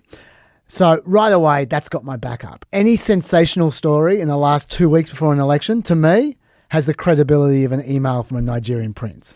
Okay, so right away, I'm not believing anything then. But, you know, let's first read the summary that was in the FBI, that was in the Epstein files that people were sending around. And then we'll read the full complaint, which also is in the Epstein files, but not sent around nearly as much. Mm-hmm. The summary goes like this. Complainant reported his ex-girlfriend's daughters were victims of Epstein's and one was murdered. While working as a limousine driver, complainant recalled picking up Donald Trump in 1995, that's when the event started, to take to Dallas-Fort Worth Airport. During the ride, complainant recalled some of the things Trump spoke about on his cell phone and described being very concerning. A few seconds were very concerning, pulling from the limousine over, pulling him out of the car and hurting him due to some of the things he was saying. That's not very good English, but essentially I think what they're saying is that Trump said things that so concerned the driver he considered pulling him out of the limo and hurting him. Cool. A complainant noted Trump repeatedly saying the name Jeffrey while on the phone.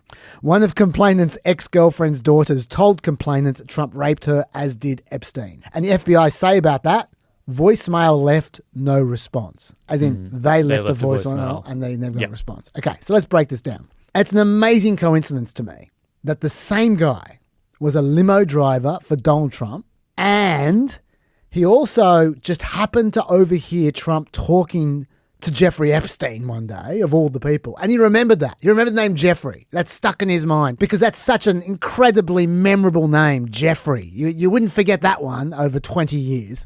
But he just so happens as well, this guy who happened to hear Trump talking to a Jeffrey, he happened to also have an ex-girlfriend's daughter who was raped by Trump and Jeffrey Epstein. That's an amazing coincidence that the same person has these two different, completely unrelated experiences involving Jeffrey Epstein and Trump.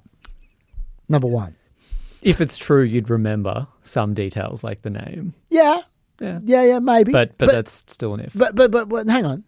What you heard Trump say was talking to Jeffrey, not Jeffrey Epstein, Jeffrey. Just Jeffrey. Jeffrey. Yeah. That's what he's saying. He's saying, inverted commas, Jeffrey. But this was How does he know that Jeffrey he was talking to was the same person who raped his ex-girlfriend's daughter? He's got no clue. He's just making a complaint. Yeah, I know. All I'm saying is just there's some interesting memory tricks going on here. But also, he thought it was important enough to complain to the FBI, but when they tried to call him back, he didn't follow up. Yeah, that's sus. 2 weeks before the election. Obviously, the FBI could have worked harder to follow up as well. They just left one voicemail. They could have done more. They're worse at getting guests than I am. Yes. It's like, so let's be fair there. The FBI didn't, that's not exactly world-class investigation that we're talking about there. Also, he heard about 2 rapes and decided to do nothing about it for 20 years until days before the 2020 election. That's another interesting thing as well. Let's go to the full complaint, which is sadly quite redacted, but I'm going to read you the full complaint just because, let's do this properly. Redacted reported around 1997 he made contact with Redacted, date of birth Redacted, who he had known for 6 or 7 years prior as they had a son together. Redacted and Redacted ended up dating, as Redacted explained she was having money issues and problems with her daughters.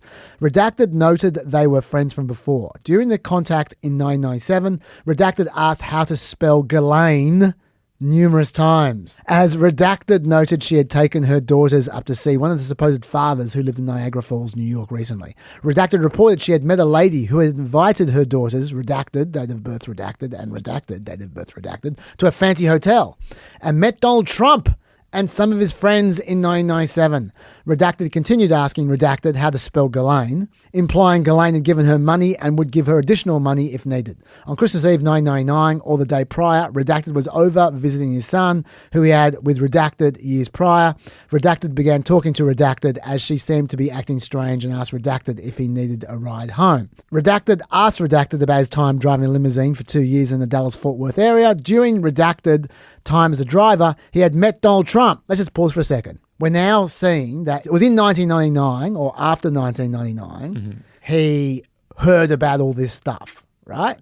The conversation with Donald Trump saying disturbing things to Jeffrey was in 1995. So he remembered the name Jeffrey for 4 years. Yes. Before having anything to pair that with at all.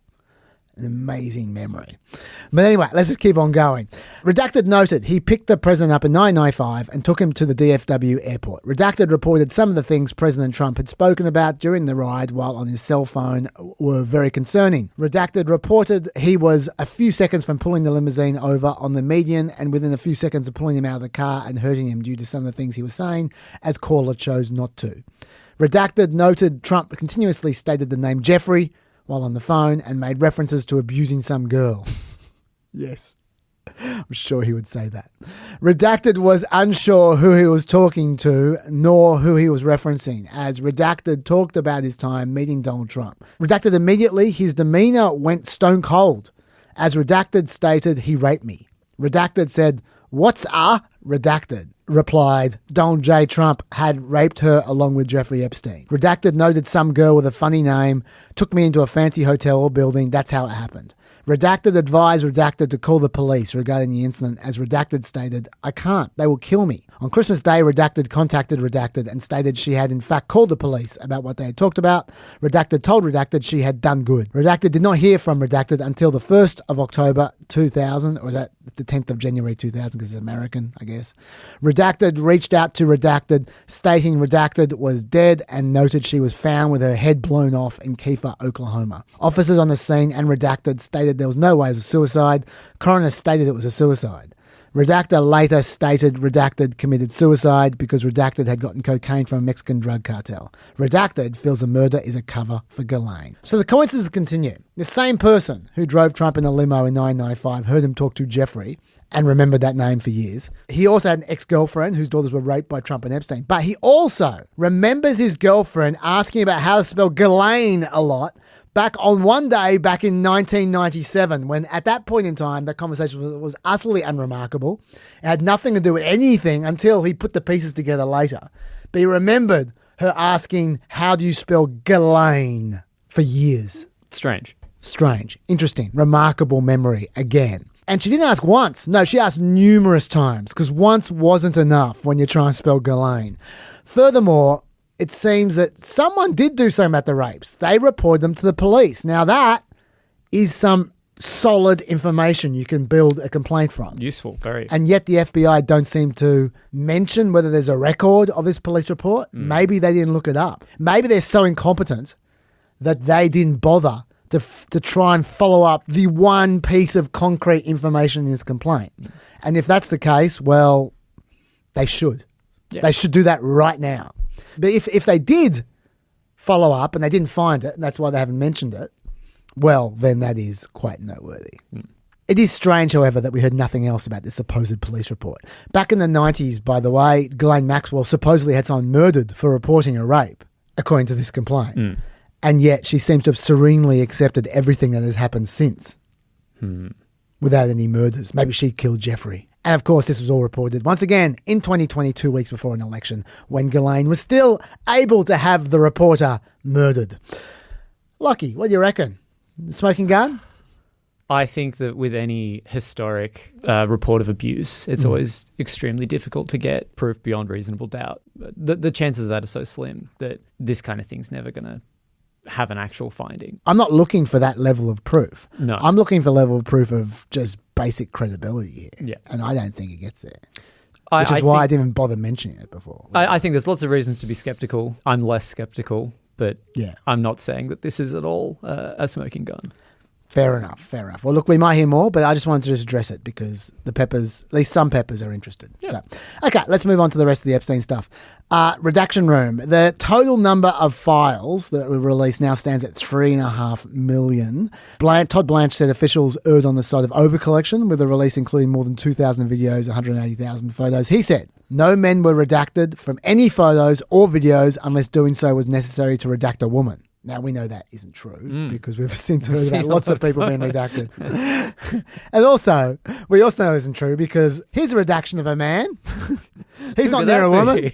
I have no idea who that person is, that red tie. For those who are listening, is just obviously a photo of Trump making a speech behind a dais of some kind. They haven't even blurred out his entire head. Yeah, yes.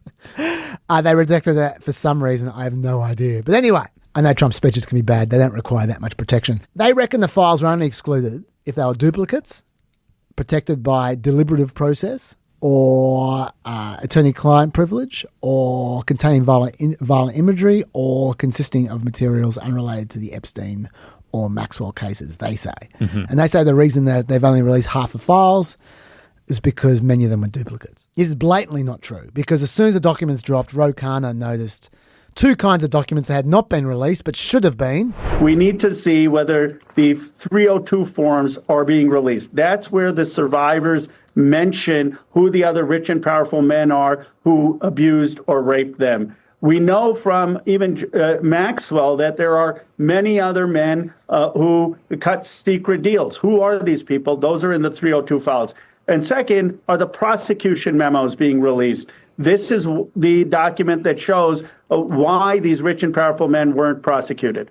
If Blanche believes that there is no cover-up, then he should release the 302 files. The 302 files are where the survivors name who these rich and powerful men are. I've talked to the survivors. They say that they have named those people in the FBI witness interviews. Those files have either been released or they haven't been released. If they haven't been released, then Ro Khanna is absolutely right. They should be released, according to what Todd Blanche said. They then get into the special viewing room to find these 302 documents, they say. This is what Ro Khanna said and Thomas Massie said. They were looking straight away to find the 302 documents that had been redacted or weren't released. And they found that the 302 documents were there, but they were completely redacted, as in they were literally just black tape.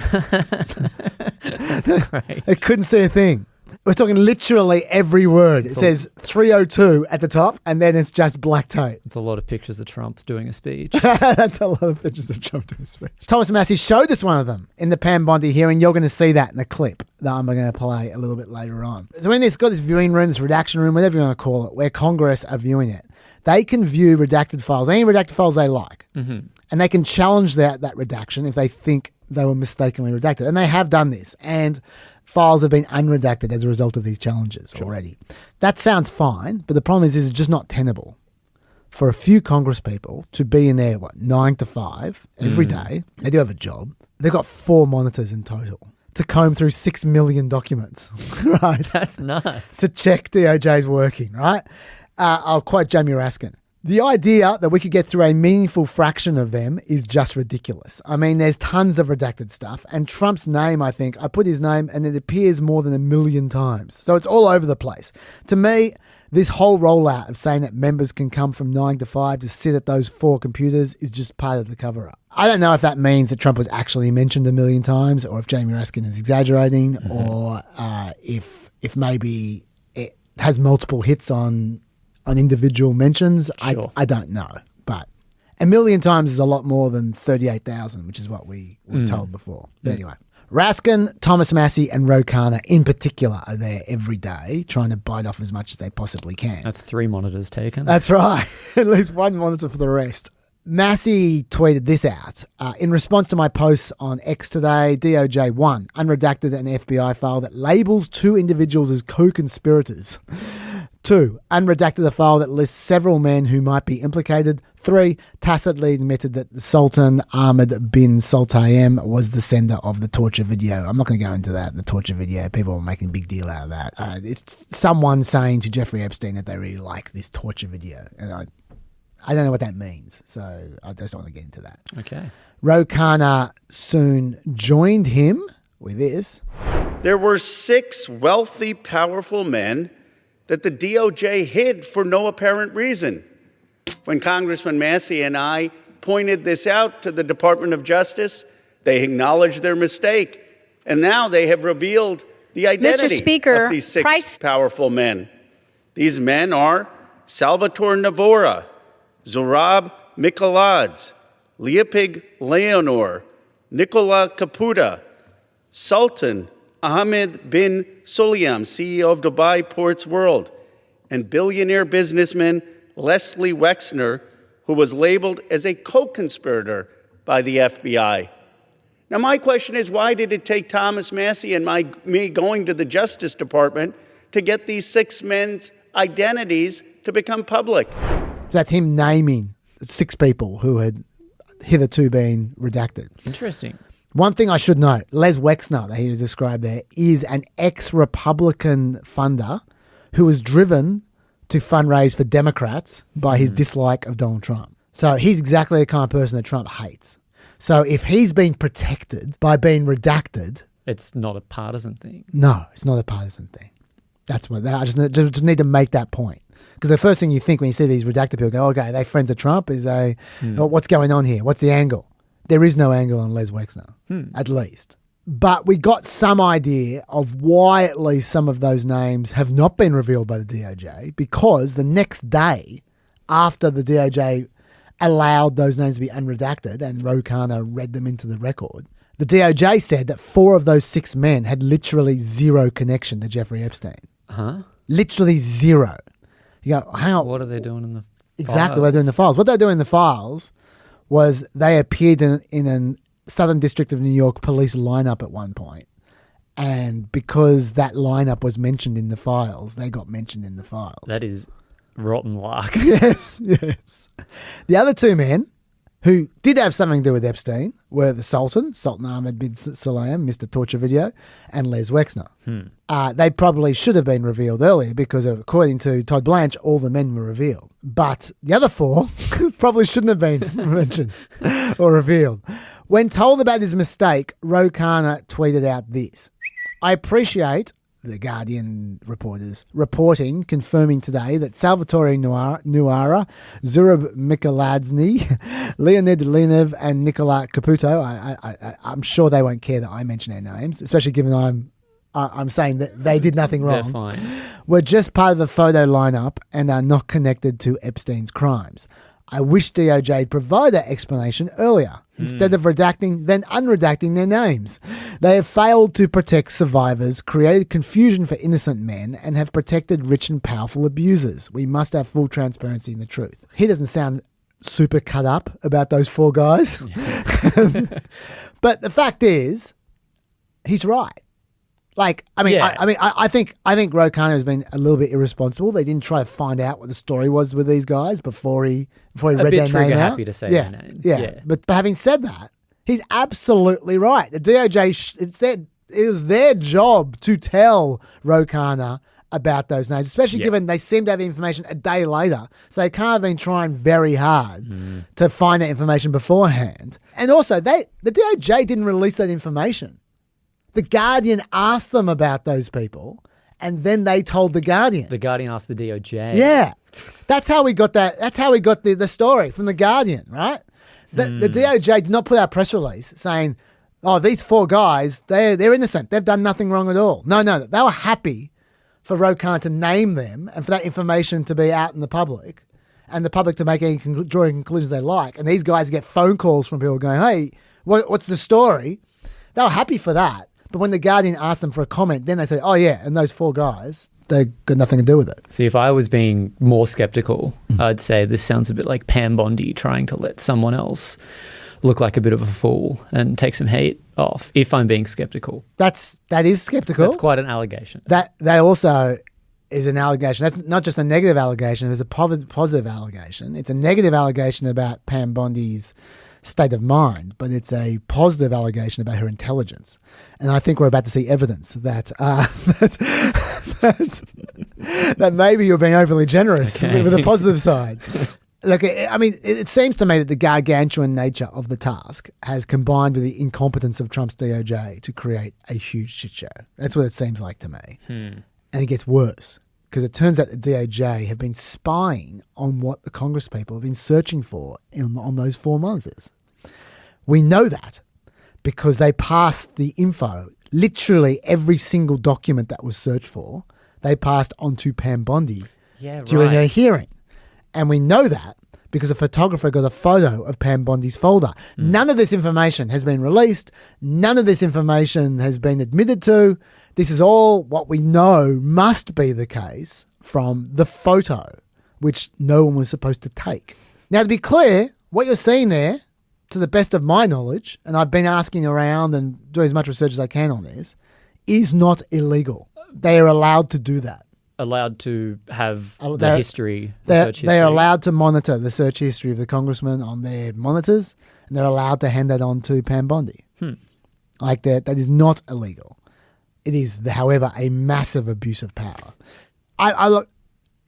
Don't misquote me here. Don't take this further than I'm suggesting, but I'm starting to think maybe the DOJ don't have their priorities in the right place. That's what I'm starting to think. Just maybe. Anyway, something has come out of these redacted room sessions, which is utter confusion about one matter which we've been debating about for ages, which is, did Trump kick Jeffrey Epstein out of Mar-a-Lago or not? Okay. Because late last year, the Wall Street Journal seemed to speak to some of Trump's old employees behind the scenes. And they came to the conclusion that Trump did indeed kick Jeffrey Epstein out of Mar-a-Lago. They said, the Wall Street Journal, that Epstein wasn't a dues-paying member of the club, but Trump did tell staff to treat him like one. But then in 2003, after an 18-year-old beautician returned to the club from a house call to Jeffrey Epstein, and she said he had pressured her to have sex with him, the staff said that the manager sent Trump a fax urging him to ban Jeffrey Epstein.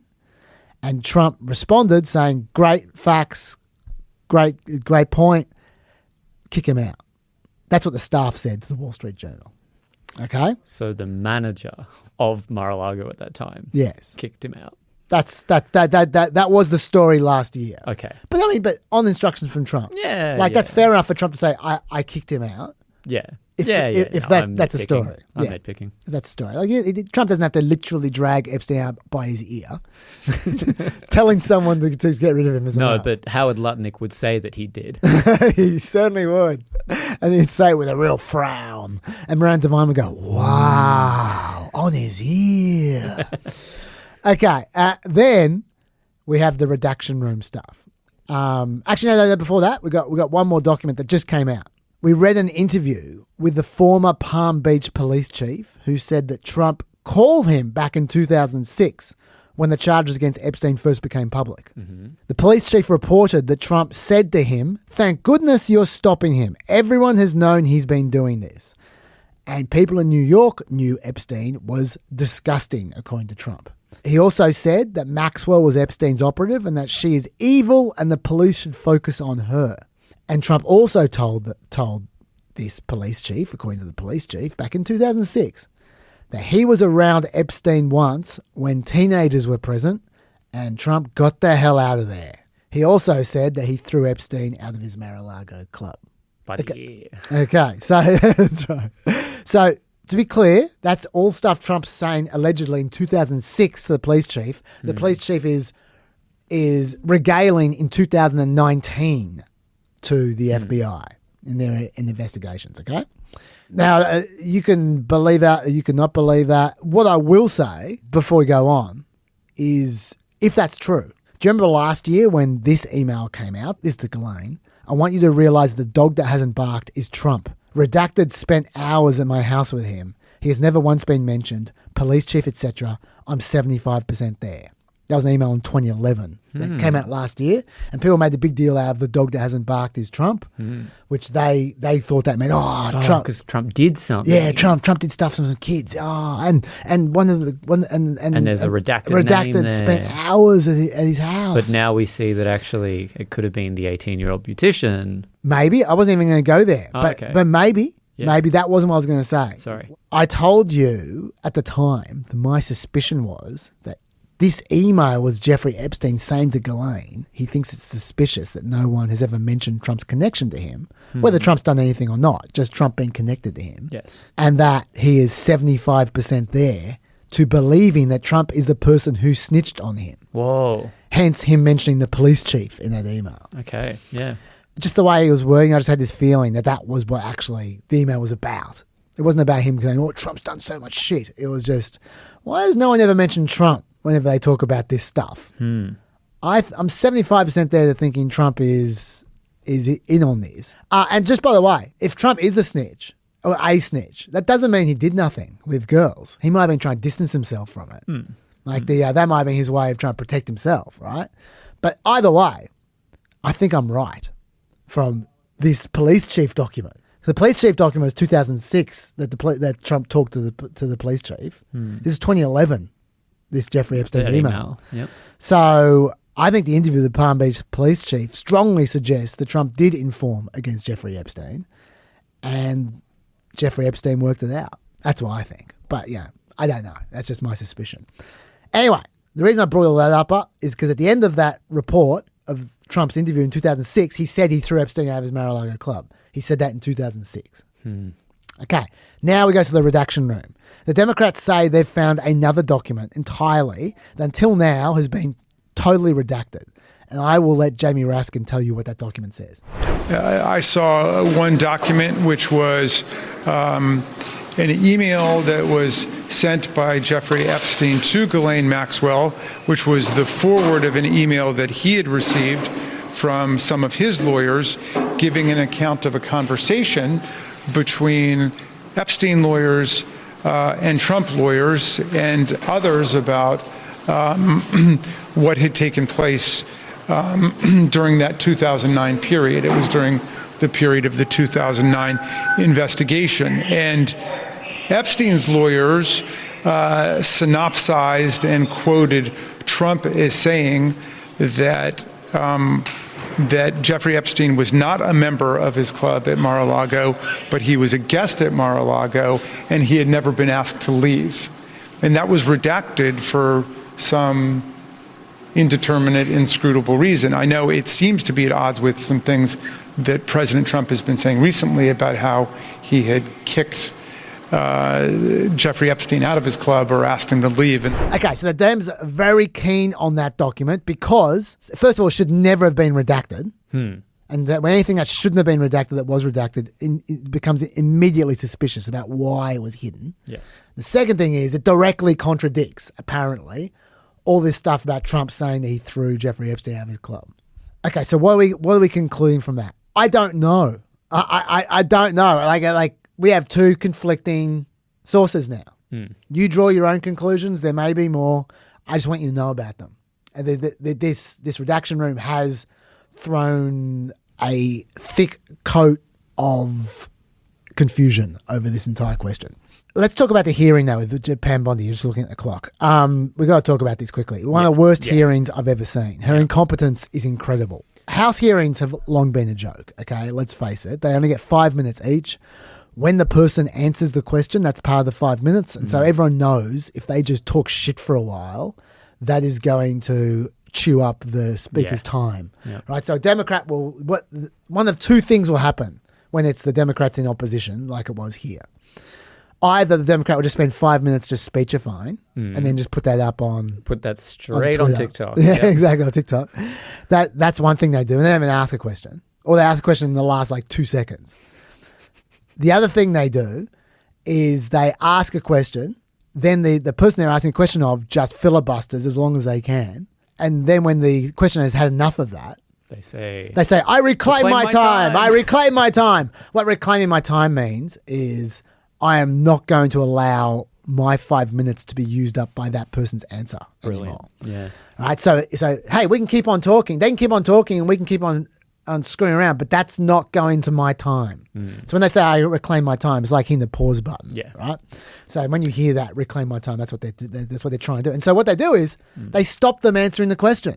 The person pretends to answer the question, doesn't answer the question, and then the Democrat stops them even doing that. Yeah. So either you don't even ask a question, or if you ask a question and don't let them answer. They're the two things that happen in these hearings, right? So they're kind of a joke. But Pam Bondi has she's really turned them into a farce. Like, she's really made fine art out of destroying these hearings. This is her tactic. She doesn't even try to answer the question during the question. Usually people try to interrupt to get answers in and stuff. She doesn't even try. She just sits there. And then when they're finished, assuming that they don't even ask a question, she'll ask the next Republican, because they go Democrat, Republican, right? She'll ask the next Republican if she can use some of their time. They say, of course you can. And she'll use that time to have a go at the speaker before, who can no longer speak, right? Because their time's up. And what she does is she uploads that clip to TikTok. Of course. But what she's done when she has a go at them is she doesn't like come up with some clever retort. She has spent that 5 minutes just calmly going through a folder where she has Oppo research on that person. This is her burn book. Yeah, her burn book. Yeah, that's what they call it. And then she just reads out the Oppo. It doesn't have anything to do with the question she was asked. Just like, oh yeah, and you have an awful hairdo, and you just whatever kind of criticism she comes up with, and you farted at the funeral, and you it's just random shit that she's just throwing at them. Yeah. And if they actually ask her a question, she'll respond with just non sequiturs. She never tries to answer the question. She just tries to answer with attacks. Yeah. Right. Yeah. It's terrible. And it's bad TV. Oh, it's terrible TV. It's so painful to watch. Waste of everyone's time. No one's answering any questions. Whatever. Yeah. Okay. In this case, there are actually a couple of decent questions too. I'm going to play some long grabs here. The first one's from Thomas Massey, who made, I thought, some excellent points worth sharing. Behind me, I have 3 documents from the DOJ production that are emblematic of the massive failure of the DOJ to comply with the Epstein Files Transparency Act. To my right is an email that was sent by the victims' lawyers to the DOJ. It was a list of names not to release. What did the DOJ do with this email? They released this email. Literally the worst thing you could do to the survivors. And we know you touched the document because you redacted one name and you redacted the lawyer's name, but you left the survivor's name there. The next document I want to show you, that was in the title, the victims' survivors' names, all right? The title of this one is Child Sex Trafficking, Co-Conspirators, fully redacted. And by the way, I'm going to unredact them here. Les Wexner is in this. Now, your your deputy attorney general said, oh, well, he appears hundreds of times in the files, but he doesn't appear in this file until I forced you to release it, where he's listed as a co-conspirator, not to tax evasion, but to child sex trafficking. The third exhibit that I have is emblematic of the FD 302 release. These are the documents that we need that you're holding on to and over-redacting because they have the names of the men who are implicated. How do we know? Because the survivors gave testimony to the FBI, and it's in there. And what happens when you go to the portal at the DOJ to look at what's behind this redaction? Another redaction. So we can't even see them. And then there's some of these files you've pulled down from the website that we will never see because we can't search the redactions.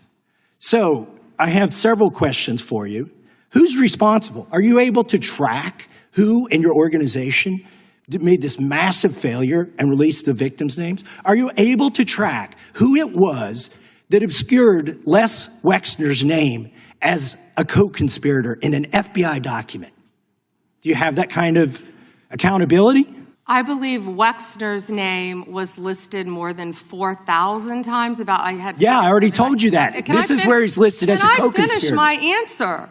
Come on, let me finish my answer.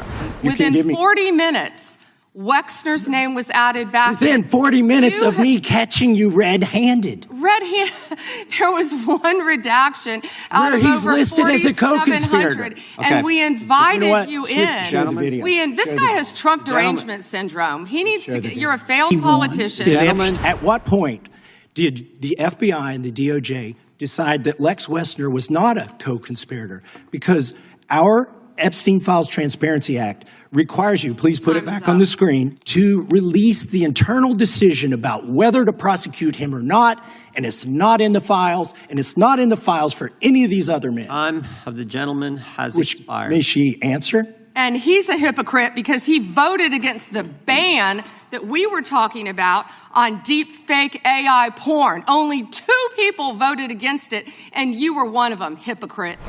Okay, so Bondi's eventual answer is that Massey voted against her crap bill about deepfake AI porn. Whatever that has to do with anything, that's her response. She got him. To all this stuff about redactions. And child sex trafficking co-conspirators being redacted. Now, this next question, admittedly a rabble-rousing question from Jerry Nadler. It's a low-quality question. Okay, fine. So I really have just one question for you. How many of Epstein's co-conspirators have you indicted? How many perpetrators are you even investigating? And it just turned into a mess for ages before we finally got to Pam Bondi's answer to this supposed question about people who were arrested, who potentially molested children. And none of them asked Merrick Garland over the last 4 years one word about Jeffrey Epstein. How ironic is that? You know why? Because Donald Trump, the Dow right now is over. The Dow is over $50,000. I don't know why you're laughing. You're a great stock trader, as I hear, Raskin. The Dow is over 50,000 right now. The S&P at almost 7,000. And the NASDAQ smashing records. Americans' 401ks and retirement savings are booming. That's what we should be talking about. We should be talking about the Dow. We should. By the way, let me talk about the Dow for a second. The Dow is growing at the same rate as it's grown for many presidents. It's not remarkable in any way, shape, or form. So there we go. I talked about the Dow. They were openly laughing at her. Like, that doesn't happen often. Really? Yeah, I mean, you couldn't hear properly with the mic, but I've seen it on different angles. They were just sitting there just laughing.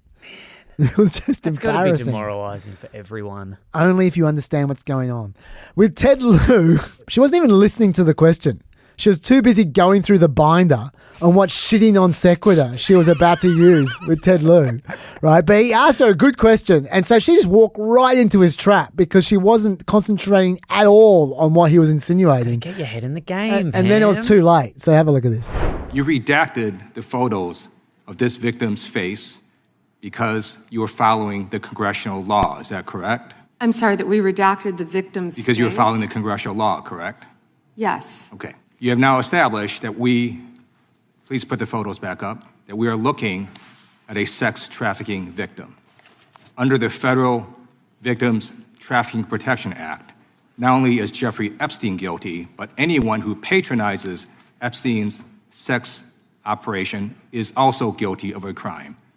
That's why I find it absolutely despicable that you sought to protect Epstein's clients, like former Prince Andrew. Last July, you closed the case on Epstein's abusers.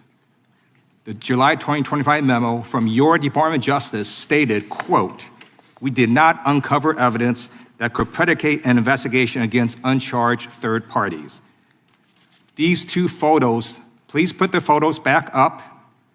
These 2 photos staring you in the face are evidence of a crime and more than enough evidence to predicate an investigation against former Prince Andrew.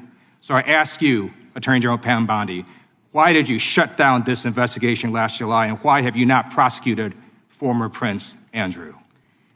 I don't believe you asked Merrick Garland these questions when he was Attorney General and set before. I agree with you. You twice. I'm reclaiming my time. Never I agree with mentioned you. I agree with you. During Did you not hear the Biden administration, I called for people looking at Epstein files. That's also pathetic and embarrassing. And then finally, this is where she really put her foot in it. She tried to play funny buggers with Becca Balint, and you really should not do that because Becca Balint she's a baller. And here we go. Attorney General, meet with the survivors. They have been asking for a year. Meet with the survivors. Do the right thing. I yield back. Gentlelady yields back. The gentleman from South Carolina is recognized for 5 minutes. May I have 20 seconds of his time? That'd be up to the gentleman, but absolutely, Madam. Thank you.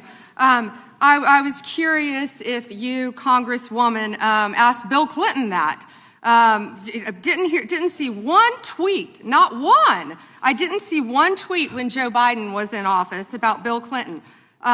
Didn't ask Merrick Garland anything about Epstein, not once when he was. Weak sauce. And also, I want the record to reflect that, with this anti-Semitic culture right now, she voted against a resolution condemning. Oh, is Jewish. I just want to be clear.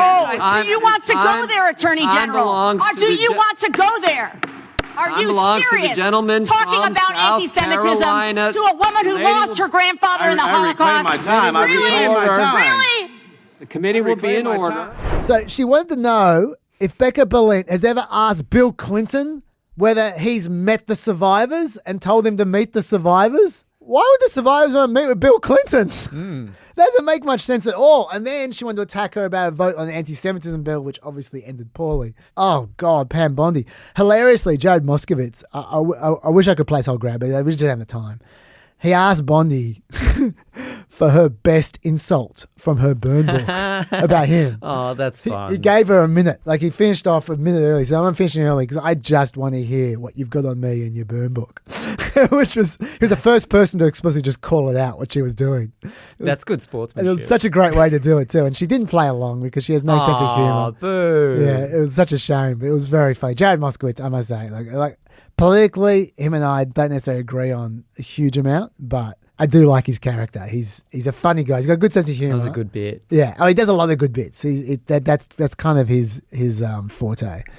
Anyway, I'm going to end this section with a clip I played in Play America just because I think it's so bad. For those listening throughout this entire section, Bondi did not turn around once to look at any of the survivors. She just stared ahead with as slight a smirk on her face as she could repress, as if the whole thing was like cheeky banter, and this is how it went. Now, would the survivors and victims who are here please stand up one more time? Just by show of hands, how many of you or your loved ones actually have met with the Department of Justice and provided testimony and estimate and evidence? None. And of those of you who have not met, which is everyone, how many of you have reached out either individually or through a lawyer or representative to offer to provide testimony and evidence? All of them. And of those of you, all of you who have reached out, how many of you were denied or ignored by the Department of Justice? All of them. And despite the shameful and despicable efforts by Ms. Bondi and her department to intimidate you, how many of you are still willing to speak to the Department of Justice? All of them.